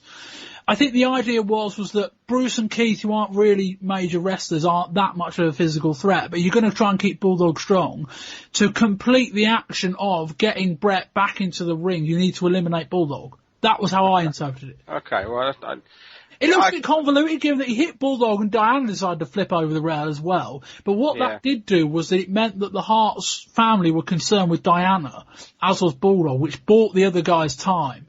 So that kind of made sense as well. It looked a bit convoluted, but I think there was logic behind it. Well, were we aware that the Bulldog's contract with WCW was up? He left in January. Yeah, I think they fired him for not turning up, I think. Oh good. I'll let you off for forgetting something we said on the show about 6 months ago. But go on, Chris. As we said, Anvil should be punished for crimes against fashion, though. Whoever said that it was a good idea Anvil? A Bulldog, surely. Oh, come on. No, Anvil. The tights with shorts over them and a bum bag. And the fact that the tights were blue and black striped tights.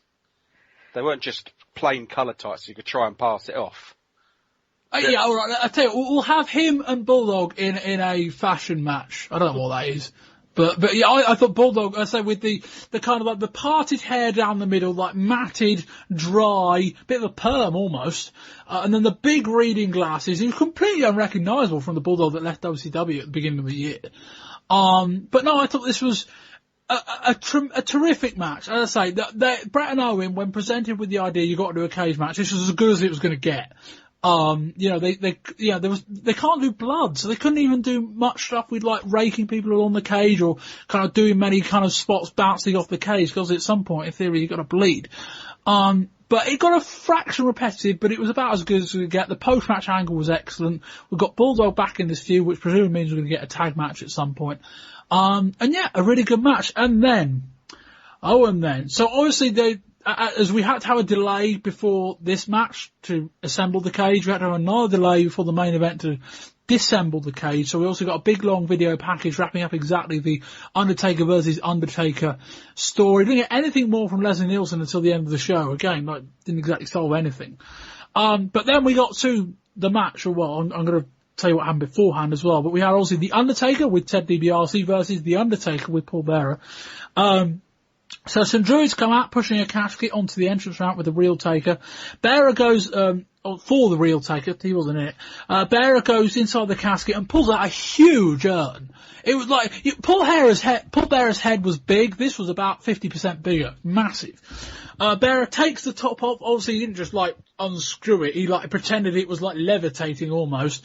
And then the lid comes off, and there's a big torchlight shining from inside the urn. Then we get a lot of thunder and lightning effects, which is obviously the return of the real Undertaker. The fake one's already out there by this point. And then out comes the real Undertaker, massive pop, huge, probably the pop of the night, it was great. They went with it. And then the match began. We've got the real Undertaker and the fake Undertaker. They're both dressed almost identically, but the real Undertaker has kind of purple gloves and purple accents on his kind of socks, or might have been purple socks actually. And the fake Undertaker had grey gloves with grey socks. And then the match started, and this match lasted 7 minutes. It felt every bit of them. So the crowd was just stunned into silence, maybe just at how bad this angle was rather than in awe, as Vince McMahon tried to play off. Incredibly slow pace, not much of any real note as I cut kind of towards the end. Fake Taker hits the real Taker with a choke slam. Fake Taker hits the real Taker with a tombstone. Taker sits up after both of them.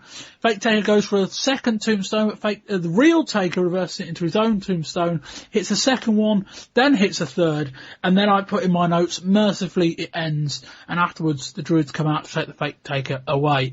Chris? You pretty much summed it up with thankfully it was short and ended. It wasn't that short. It was 8 minutes and it felt them. The zombie combination of, Monster Zombie 1 versus Monster Zombie 2 will do everything really slowly, just should never be done again. We've seen it once, we realise it doesn't work, never go back there. Though, at least, for one thing, we didn't get what I was saying last month with, mirror mode, that one was in a different colour, so it was easy to tell which one was which. I don't know. I mean, I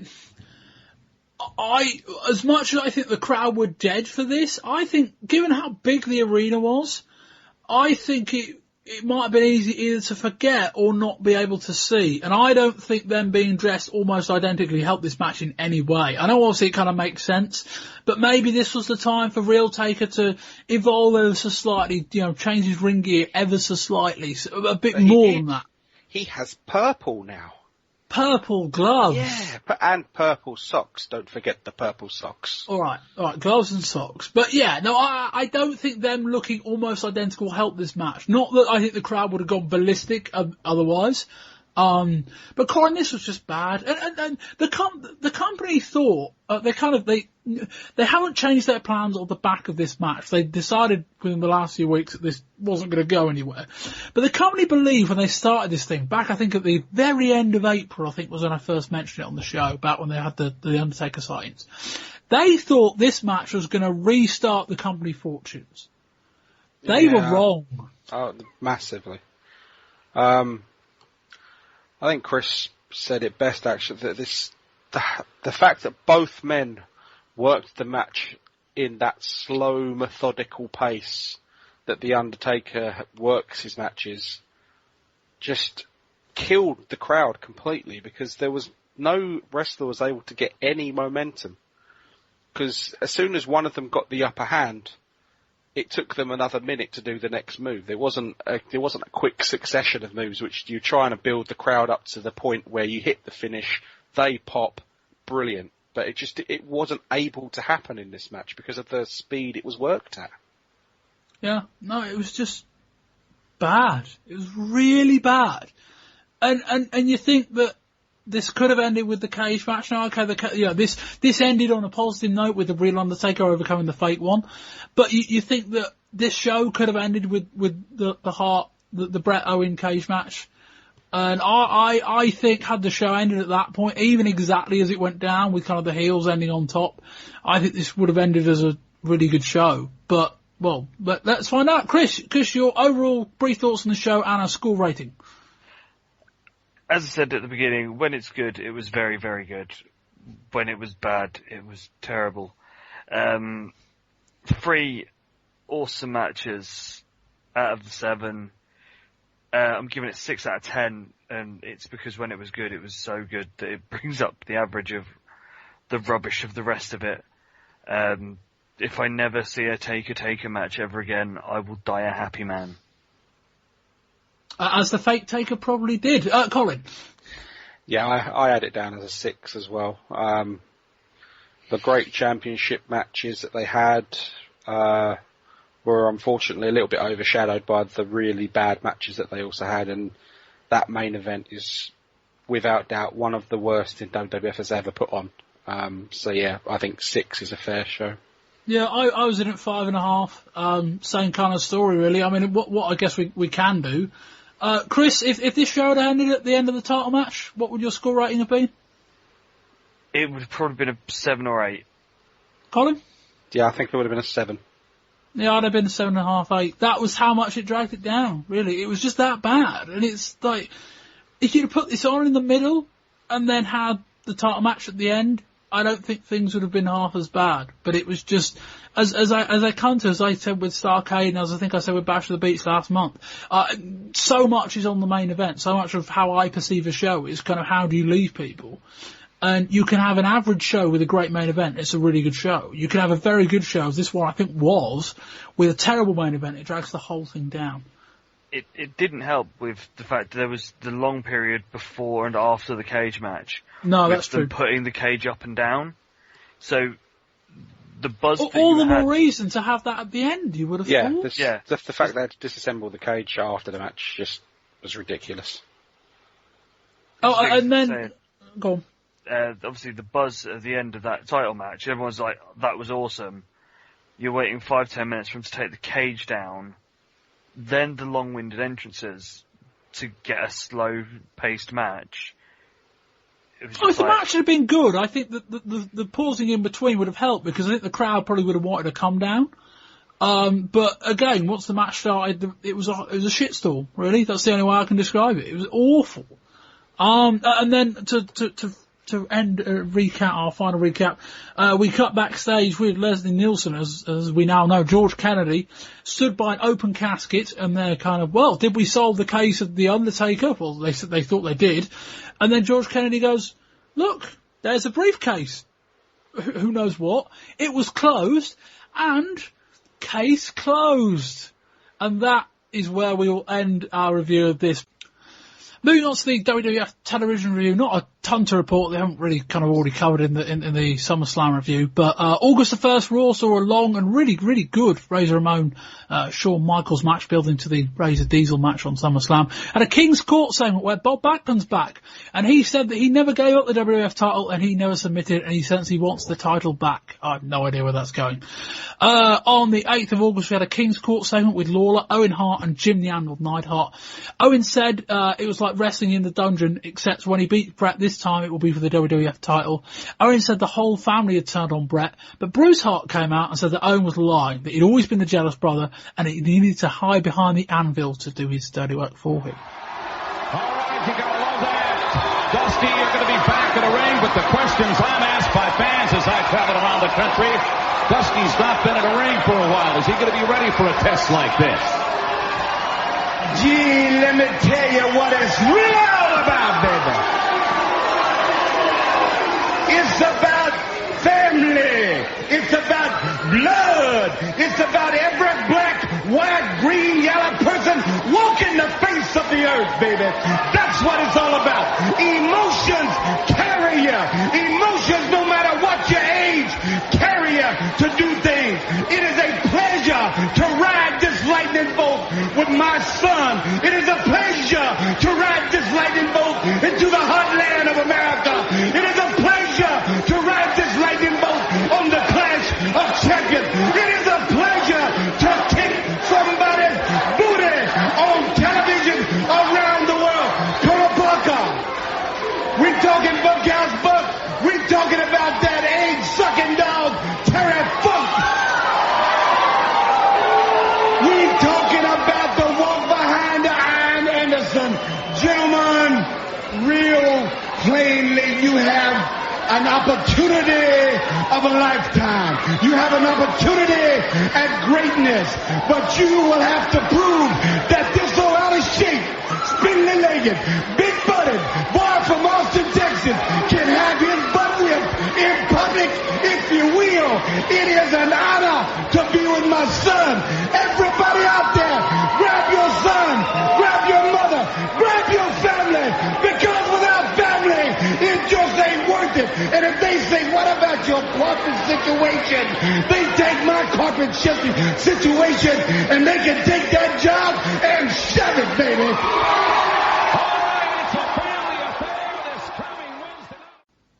And moving on to Clash of the Champions, Colin, the results. In the opener, the Nasty Boys defeated Paul Roma and Paul Orndorff in a tag team match. Ricky the Dragon Steamboat defeated Steve Austin in a match for the WCW United States Championship. Dusty and Dustin Rhodes defeated the team of Terry Funk and Buckhouse Buck by disqualification. Antonio Inoki defeated Lord Steven Regal in a singles match, and in the main event, Ric Flair defeated Hulk Hogan by countout in the WCW World Heavyweight Championship match. And Hogan retains his title. Chris, your overall thoughts on the show? Not as good as last month's Bash, but I liked it. It was a solid sort of program. There's a little bit too much of the hospital stuff with, Hogan, after Hogan being attacked, will he, won't he come back? But the match quality, all of them were good matches. Yeah, just to fill in briefly, we will touch on it as the show goes on, but after the opening match, Hulk Hogan came out to presumably cut a promo with Mean Gene Okerlund, got attacked from behind with a masked assassin, really, with a lead pipe, and hit him in the back of the knee. Hogan writhed around in pain. They took him off to hospital. The rest of the show was, can he get back in time, and will he get back in the ring?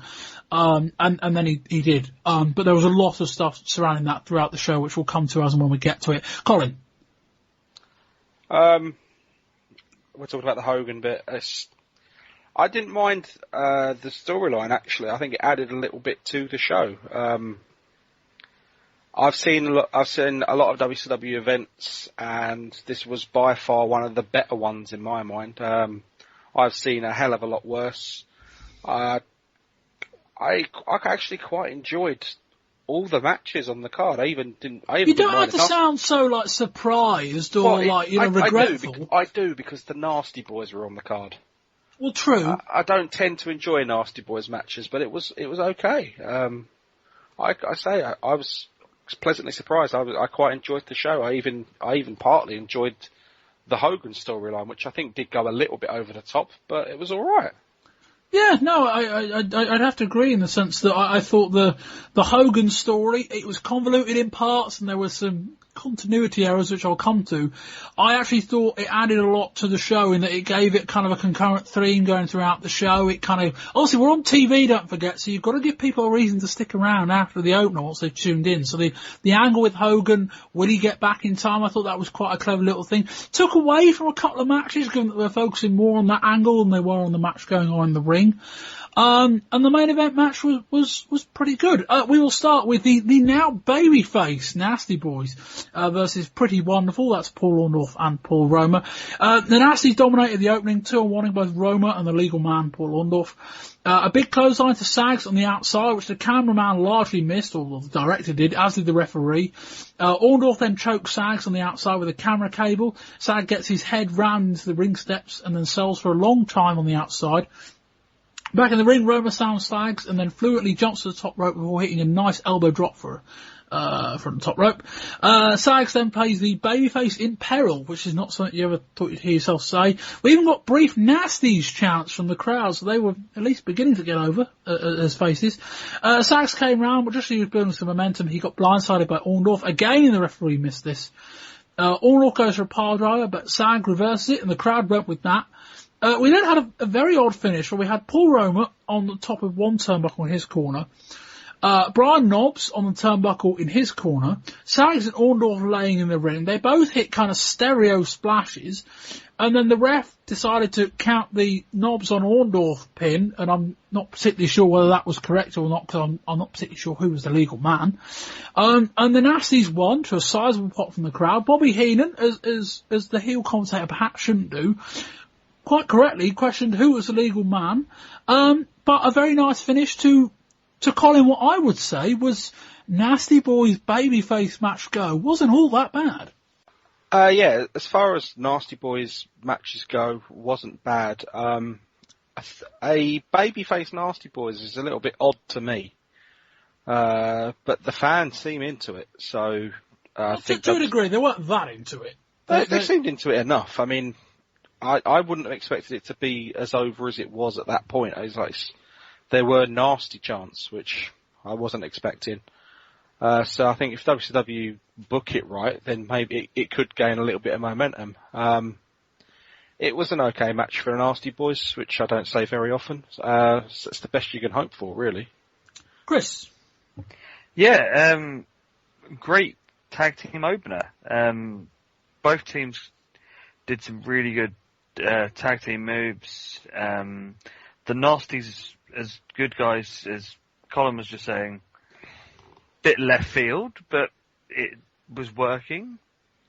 It's one of those I'd like to see where they're going to go with it and what else they're going to do with them. Because for a team that have always been heels, and with the name Nasty, it's quite different to see them not cheating and using a bike helmet or something or a boot to win all their matches.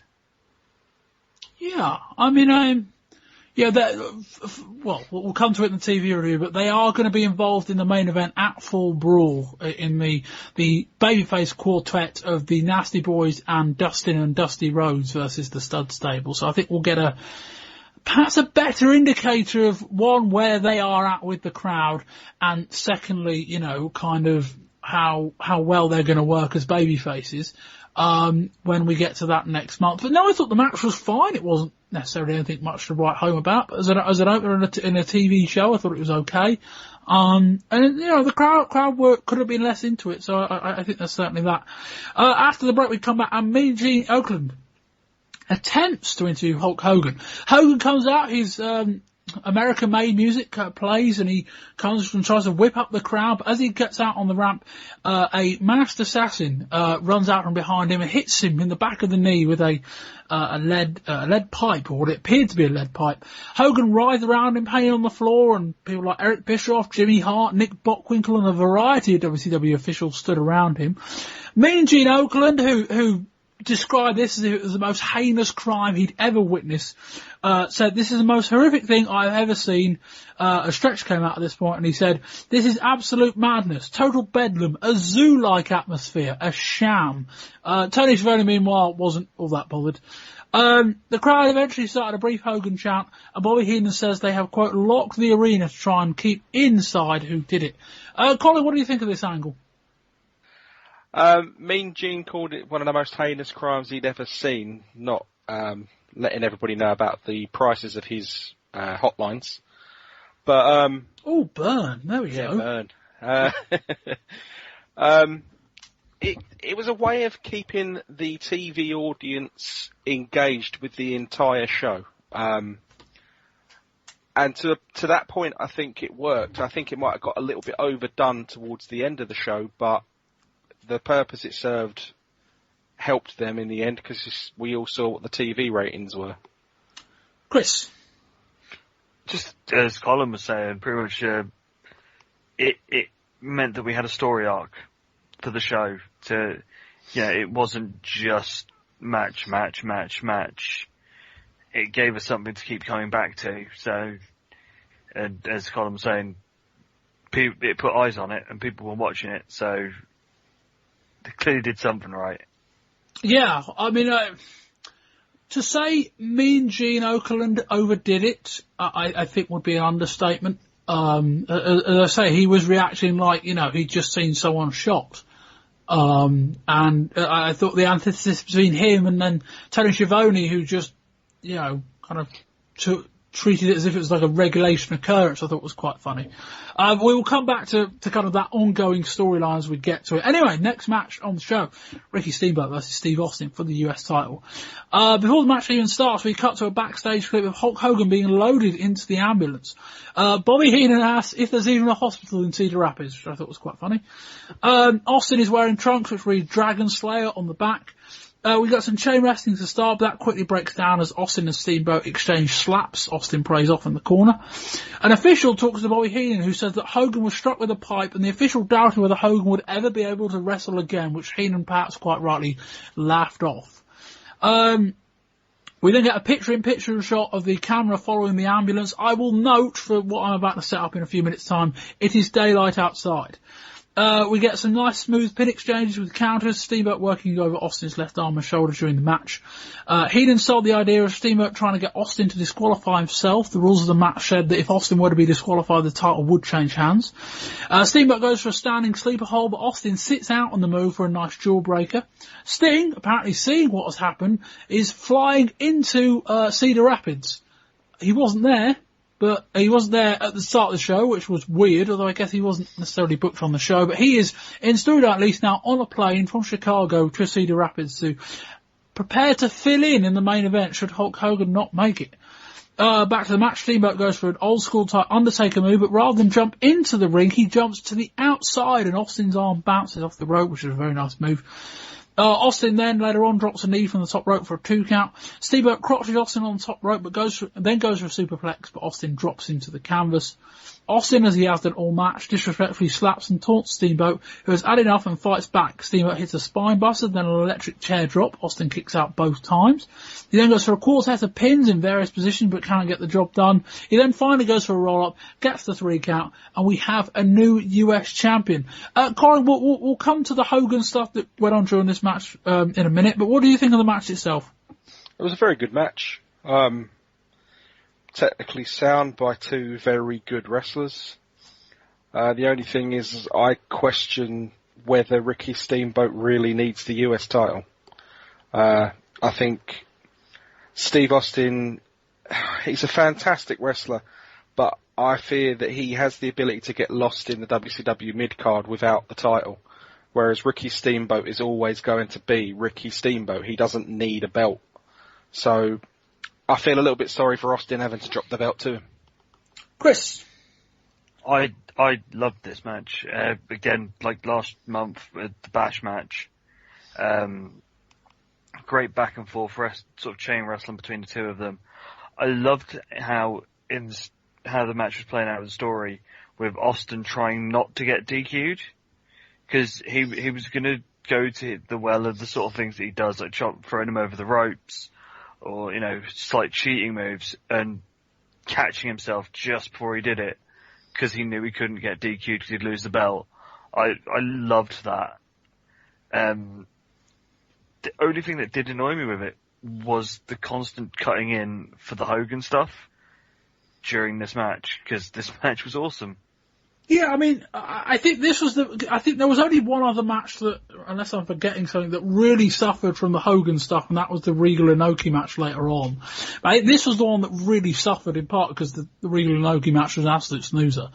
But I thought that it was a necessary evil in the sense that, yes, it did take away from what was actually a very good match. I think this is they've had a few matches this year, and I think this is probably the best one.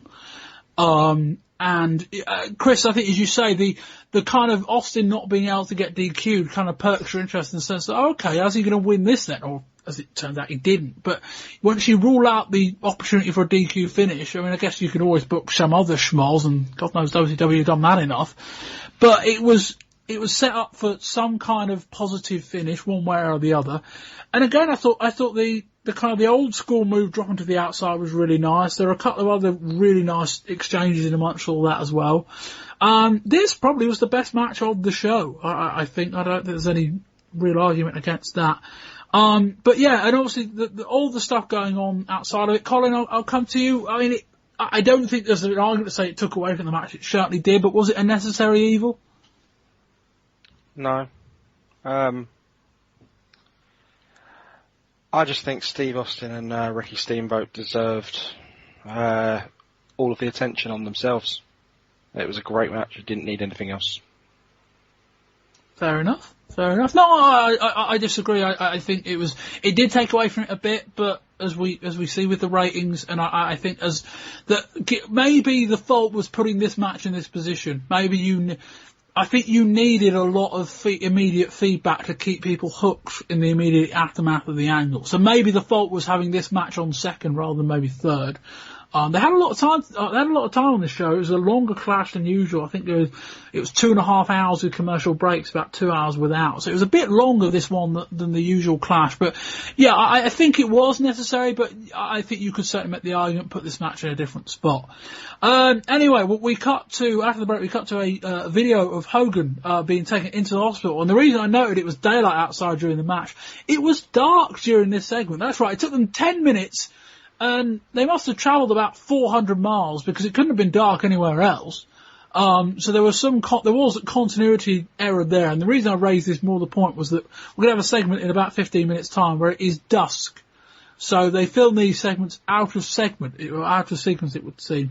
But the video was Bischoff outside the hospital with Hogan inside. Bischoff said that Hogan's quote said, "I felt something snap on the inside of my knee." Then we got an amazing Honky Tonk Man promo. Colin, this was great. Oh, it was awful. Absolutely awful. I say promo, it was a music video. A music video, yeah. And the music video sounded scarily familiar to his actual ring music from WWF as well. Well, a bit like American Made. It's just a rip, isn't it? I would think. Yeah, pretty much. Chris, your thoughts on this Honky Tonk thing? It wasn't as great as his performance at WrestleMania 6 with Honka Honka Honka Love, which that was true musical genius. As you said, it's pretty much a clone of his WWF theme. But, it shows you who Honky Tonk is. He's not going to change his gimmick, so... You get what you get. Yeah, pretty much. Yeah, he's not going to be more over in any other guys, so if you're going to employ him, this is what you're going to get. Then we have, after the break, we have Mean Gene Okerlund interviewing Commissioner Nick Bockwinkel. Bockwinkel says that he has no update on Hogan, but says that if Hogan cannot make it, he will have to forfeit the title to Flair. They get a video recap of Dustin in the ring with Dusty. Dusty says that he's neglected him. He calls Buck and Parker, quote-unquote, chicken feed. Terry Funk, a, quote, low-life watermelon beef egg-sucking dog. He says to hell with Arn Anderson and asks Dustin if he can be his partner in the tag match tonight. He asks for a hug and a kiss, and he gets it, and the crowd pop. Back into the main ring, obviously that was a video package, or video highlights from a previous show. Tony Funk and Bunkhouse Buck versus Dustin and Dusty Rhodes. The Rhodes' clear house early on. Terry Funk, I've got in my notes, quote, goes Terry Funk on the outside. Bit mad, but that is Terry Funk. Dustin is then double teamed early on, but easily overcomes the numbers game before tagging his dad, who's all kinds of over with the crowd. He hits the atomic elbow on Bunkhouse Buck. Buck shoots Dustin into the corner, but Dustin blocks the corner to stop him sustaining any damage. Dustin goes to tag his dad, but the referee doesn't see it, so Buck's able to keep the advantage. Buck goes for a double axe handle off the top rope, but Dustin moves and he catches Funk instead. Arn Anderson comes out. The faces come on top, but Arn Anderson jumps into the ring and forces a DQ. After the match, Dustin faces off against Arn Anderson and hits the Bionic elbow, then faces off against Meng, goes to the outside, grabs a chair, comes back into the ring, smashes Meng over the head in the chair, who proceeds to no-sell it. Meng then punches Dusty, puts in a Nerf hold on his shoulder. WCW officials and jobbers come out, but Meng and the Stud stable see them off. Chris, this match wasn't all that, but I thought the closing segment was excellent. Yeah, the match itself was a good brawling match, It was nice to see Dusty back in the ring and doing what he does, hitting elbows. But that chair shot, just the fact that it cracked over his head and he's just there wearing it as a necklace. Yeah, it was a wooden chair, to be clear. Moved. Yeah, it was a wooden chair, to be clear, so it kind of disintegrated as it got dropped over his head. The sunglasses slightly moved, and he just sort of looks at him and is like, what's that all about? What you doing? Yeah. Ming looks like a monster. Colin, I thought Meng looked great. Yeah, everybody might know him better as Haku from WWF, but the way that he no-sold the chair shot was just perfect. I mean, not even a flinch. I mean, this wooden chair just disintegrated around his head. And Dusty hit him. It was a wooden folding chair, and maybe it was a doctored wooden folding chair. We probably haven't considered that. But Dusty hit him, and the thing he put some welly behind it. And the seat kind of like snapped over his head, but the rest of it stayed together. So as Chris said, it ended up just being wrapped around his head, and he didn't sell it at all. Like a wooden chair necklace. Yes. Yeah, mate, the fact that he did not flinch it was perfect. He couldn't have no-sold it any better. No, and then I thought this was a very effective angle in getting over the stud stable as heels. Obviously, after that, Meng locks in a nerve hold on Dusty's shoulder, and which Dusty squealed like a pig for. Oh yeah. He knows when he needs to, show some ass. He'll show some ass. And he certainly did that there. And yeah, it was a very effective segment, and I think a very nice setup to their full brawl match next month with also the Nasty Boys in their corner. We cut back to Eric Bischoff at the hospital. It is dusk. So yes, we've gone forward in time now. Bischoff is with Henry Holmes, who's Hulk Hogan's real life attorney. Holmes said that Hogan is in X-ray and is in a great deal of pain. He said that Hogan has been advised to decline to wrestle and concede the title, but says that Hogan isn't listening and wants to wrestle. Mysteriously, it's lighter outside. We then cut back to the arena. Mean Gene Okerlund is interviewing Ric Flair.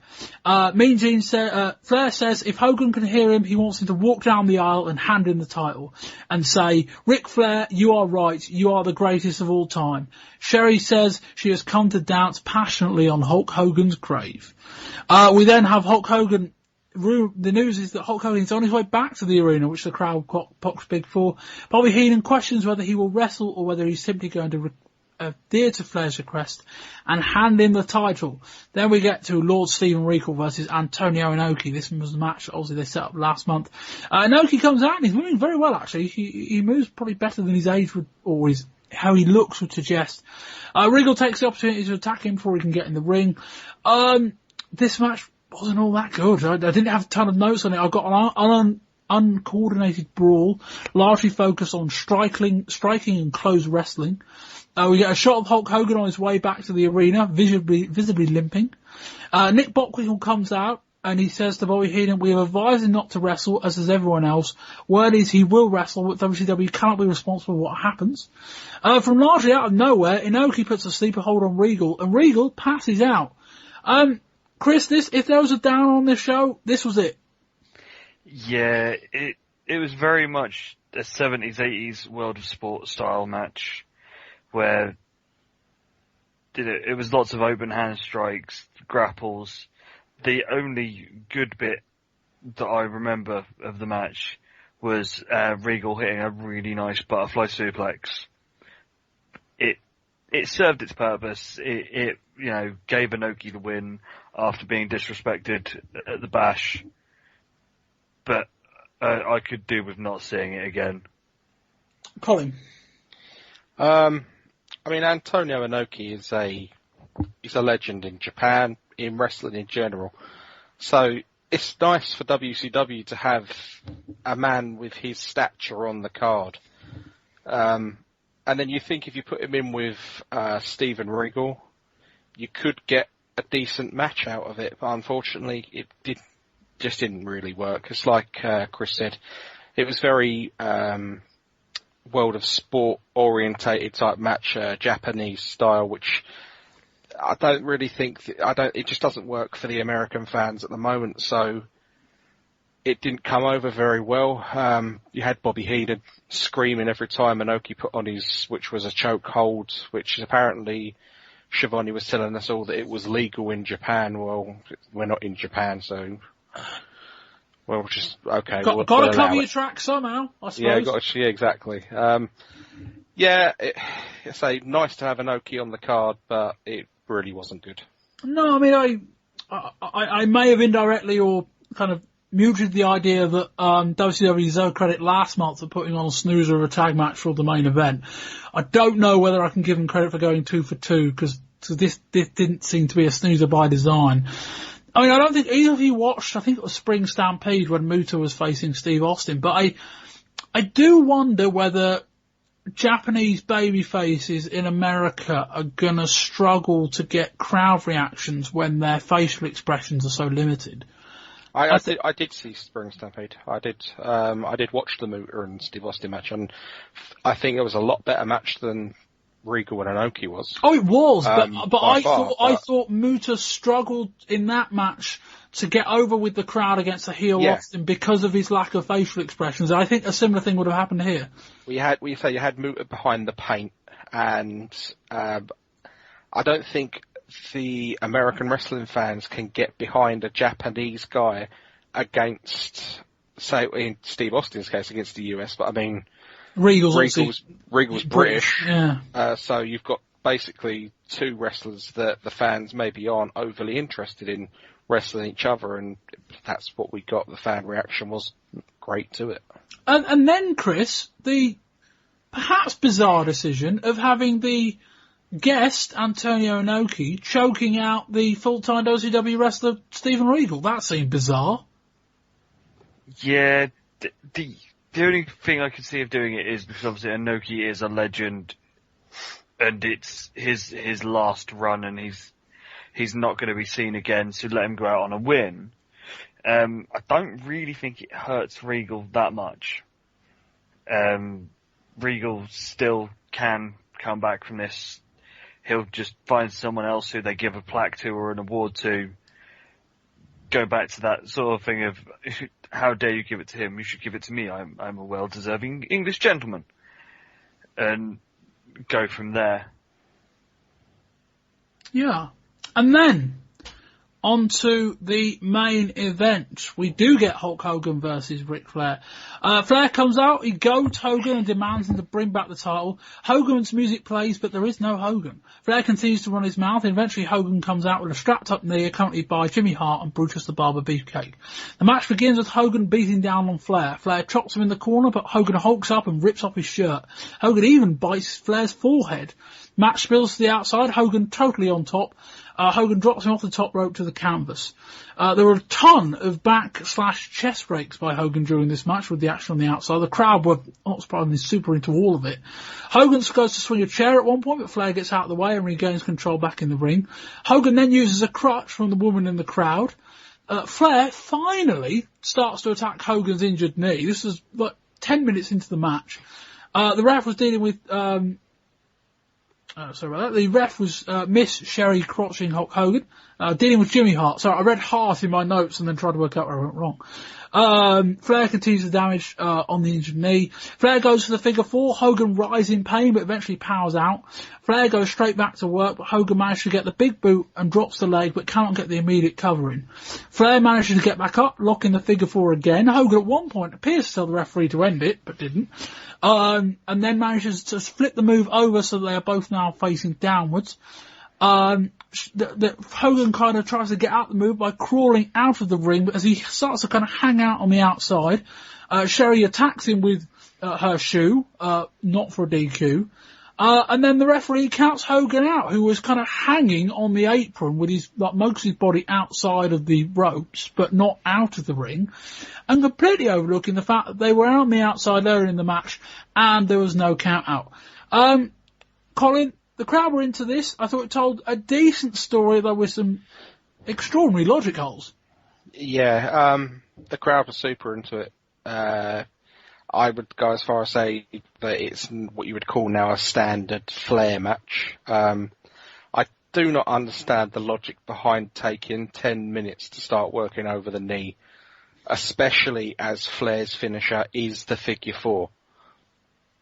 Surely it'd be the very first thing Flair attacks, even if it's just a stomp to the knee right at the start. Yeah, I mean, it's not like Flair had a ton of offense in that opening 5-10 minutes, but he had bits, and you'd think, if you're Flair, that's the first thing I aim for.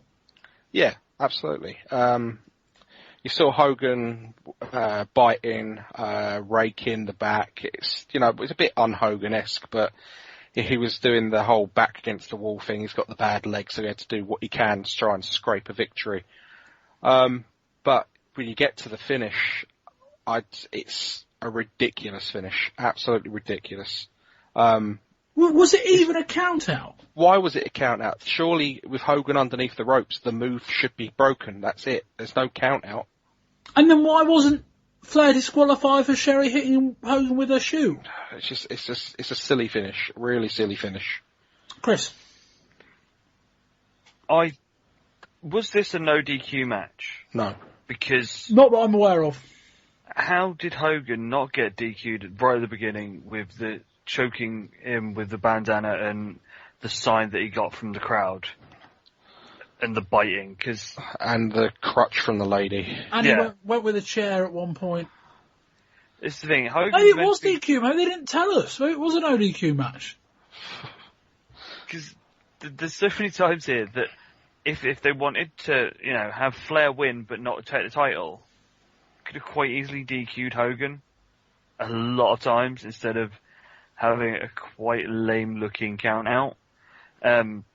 As Colin was saying, and you were saying, I was a bit surprised it took Flair 10 minutes to start working on the leg. You'd have thought that straight away, a couple of chop blocks and some knee smashes would have been the way that Flair would have gone for it. It was a good match, but the logic holes did bring it down a bit. Colin, did Hogan give up in this match? Well, it looked like he told the ref, yes, that's it. And as the referee went to point to the bell for it to be rung, Hogan stopped him and said, no, I've changed my mind. So technically, yeah, he did give up, but then changed his mind. So, it's all right, we'll just carry on. Is that how it works, is it? Yeah, absolutely. Right, okay.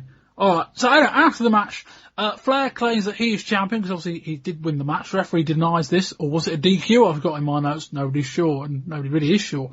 Hogan comes around and attacks Flair. The masked man then runs out, and apparently it was so obvious that it was Arn Anderson that people were chanting his name. Ran out and attacked Hogan's knee again. Flair climbs to the top and drops his knee, then locks in the figure four, and the masked man runs off. Sting runs out, clearly his flight was far too late, runs off Flair and Sherry. Flair leaves with the title belt in hand but not as champion. Hogan is left in pain, being checked on by Sting to end the show. Chris, what were your overall thoughts on this show and a score rating?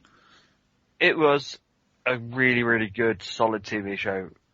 Other than the Inoki Regal match, the matches were good. There was the overgrowing story arc. It was a step down from Bash, but then Bash was a pay-per-view, and I think Bash at the Beach is one of the best WCW pay-per-views in a long while. Overall, I've given it a 7 out of 10, because other than that Inoki Regal match, it was a great show. Colin? Yeah, I've had the pleasure of watching some of the worst WCW shows you can think of. This is by far one of the better ones. That's again, apart from the Inoki Regal match, pretty solid show. I had it down as a 7 as well.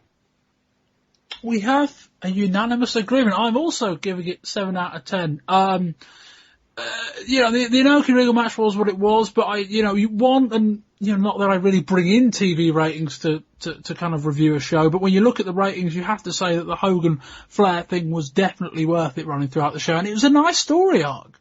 It was something that got Hogan involved in the show early on, and I think probably kept people interested based on what we saw from there.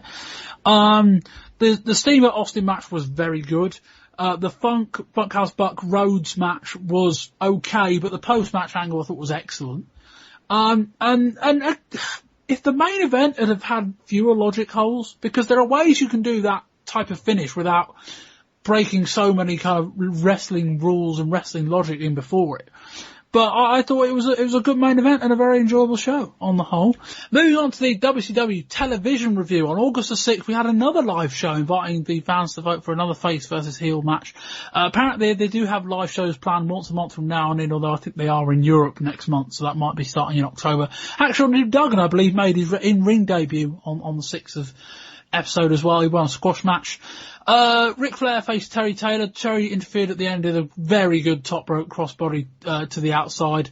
Hogan interrupted via the video wall. In the main event, Dustin Rhodes defeated Bunkhouse Buck. There was a massive post-match brawl. On the August the 13th edition, Bobby Heenan arrived in a neck brace and claimed that Hogan was choked him out, caused it. That is a legit neck injury. Heenan had that neck brace on throughout the tapings, and that is nothing to do with storyline. They didn't kind of go with that any further. That was just Heenan being Heenan. On the August the 20th edition, we saw the beginning of the breakup of Cactus Jack and Kelly and Sullivan as a tag team. Sullivan was distracted by his brother Dave on the outside needing help, and the distraction cost his team the match. The promo of the following week saw Cactus DDT Dave Sullivan, and that's his heel turn. An intense development before the Clash of Champions as the main event descended into a brawl involving Dustin and Dusty, along with a troop of WCW faces fighting off the stud stable of Colonel Robert Parker, Meng, Arn Anderson, Bunkhouse Buck, and Terry Funk. On the August the 27th edition of WCW Saturday Night, Nick Bockwinkel suspended Ric Flair and Sherry Martel indefinitely in the continental United States, so Flair can tour Europe, following their interference in the main event of the Clash of Champions, along with Flair seen to be behind the attack that caused Hogan. Dustin Rhodes went into the, quote, nasty part of town to find the now babyface Nasty Boys in a bar, and he talked them into joining him and his son in the War Games main event at Full Brawl. And that will wrap up this month's show, so we will go to our moments, or moment of the month. Colin, you first. Moment of the month. I think my favourite moment of the month is Bret's superplex to Owen. It's just picture perfect. You could watch it over and over again. They could not have done that move any better. It was, and from the height as well, brilliant. Was that your match of the month? Because it is kind of match/moment either or. Yeah. I can't see a match better than that this month. Chris, I have to go with Colin. Bret Owen. That is. So far, it's up there with the ladder match with Razor and Shawn of match of the year. When it comes to the end of the year, something's going to have to be special to beat either of those to be my match of the year. Well, I would agree with you, but it's not all that controversial. The segment I go for match of the month, us three haven't discussed because it was in earlier in the show in the ECW segment. My segment of the month, without question, was the Sandman and Tommy Dreamer, the stuff with Singapore Kane. It was fantastic. Really good. It was a very powerful segment and did a lot for Tommy Dreamer, I think, in terms of, a lot of people saying, he's the pretty boy and all that kind of thing, and all of that. So that was my segment of the month. And that will end this month's show, so I'd like to thank Colin Judkins. Thank you very much. You are on Twitter. At Colin Judkins. And Chris Lacey. Cheers very much, Bob. You're on Twitter, and I believe you've got a podcast, plug away, and all the above. My Twitter is Lacey555666. We have the Bottom Line podcast, which episode 3, which is our SummerSlam review, should be up by now. And that's 2014 SummerSlam, to be clear. Yes, doing monthly pay-per-view reviews. And you can follow the Wrestling 20 Years account at Wrestling 20 YRS. You can follow me at Bobby Bamber, although as people have seen on Twitter, I'm kind of watching less current day wrestling now, for what that's worth. We are on wrestling20years.com. You can find us on iTunes. You can leave us a rating and a review there. That'd be very much appreciated. RSS feed on the website as well, so if you listen via some podcatcher or something like that, you can get us there. And that'll be it. We'll be back in a month's time with the September show. So until next time, I'll be Bob Bamber. This has been the August 1994 edition of the Wrestling 20 Years Ago podcast. Until next time, goodbye.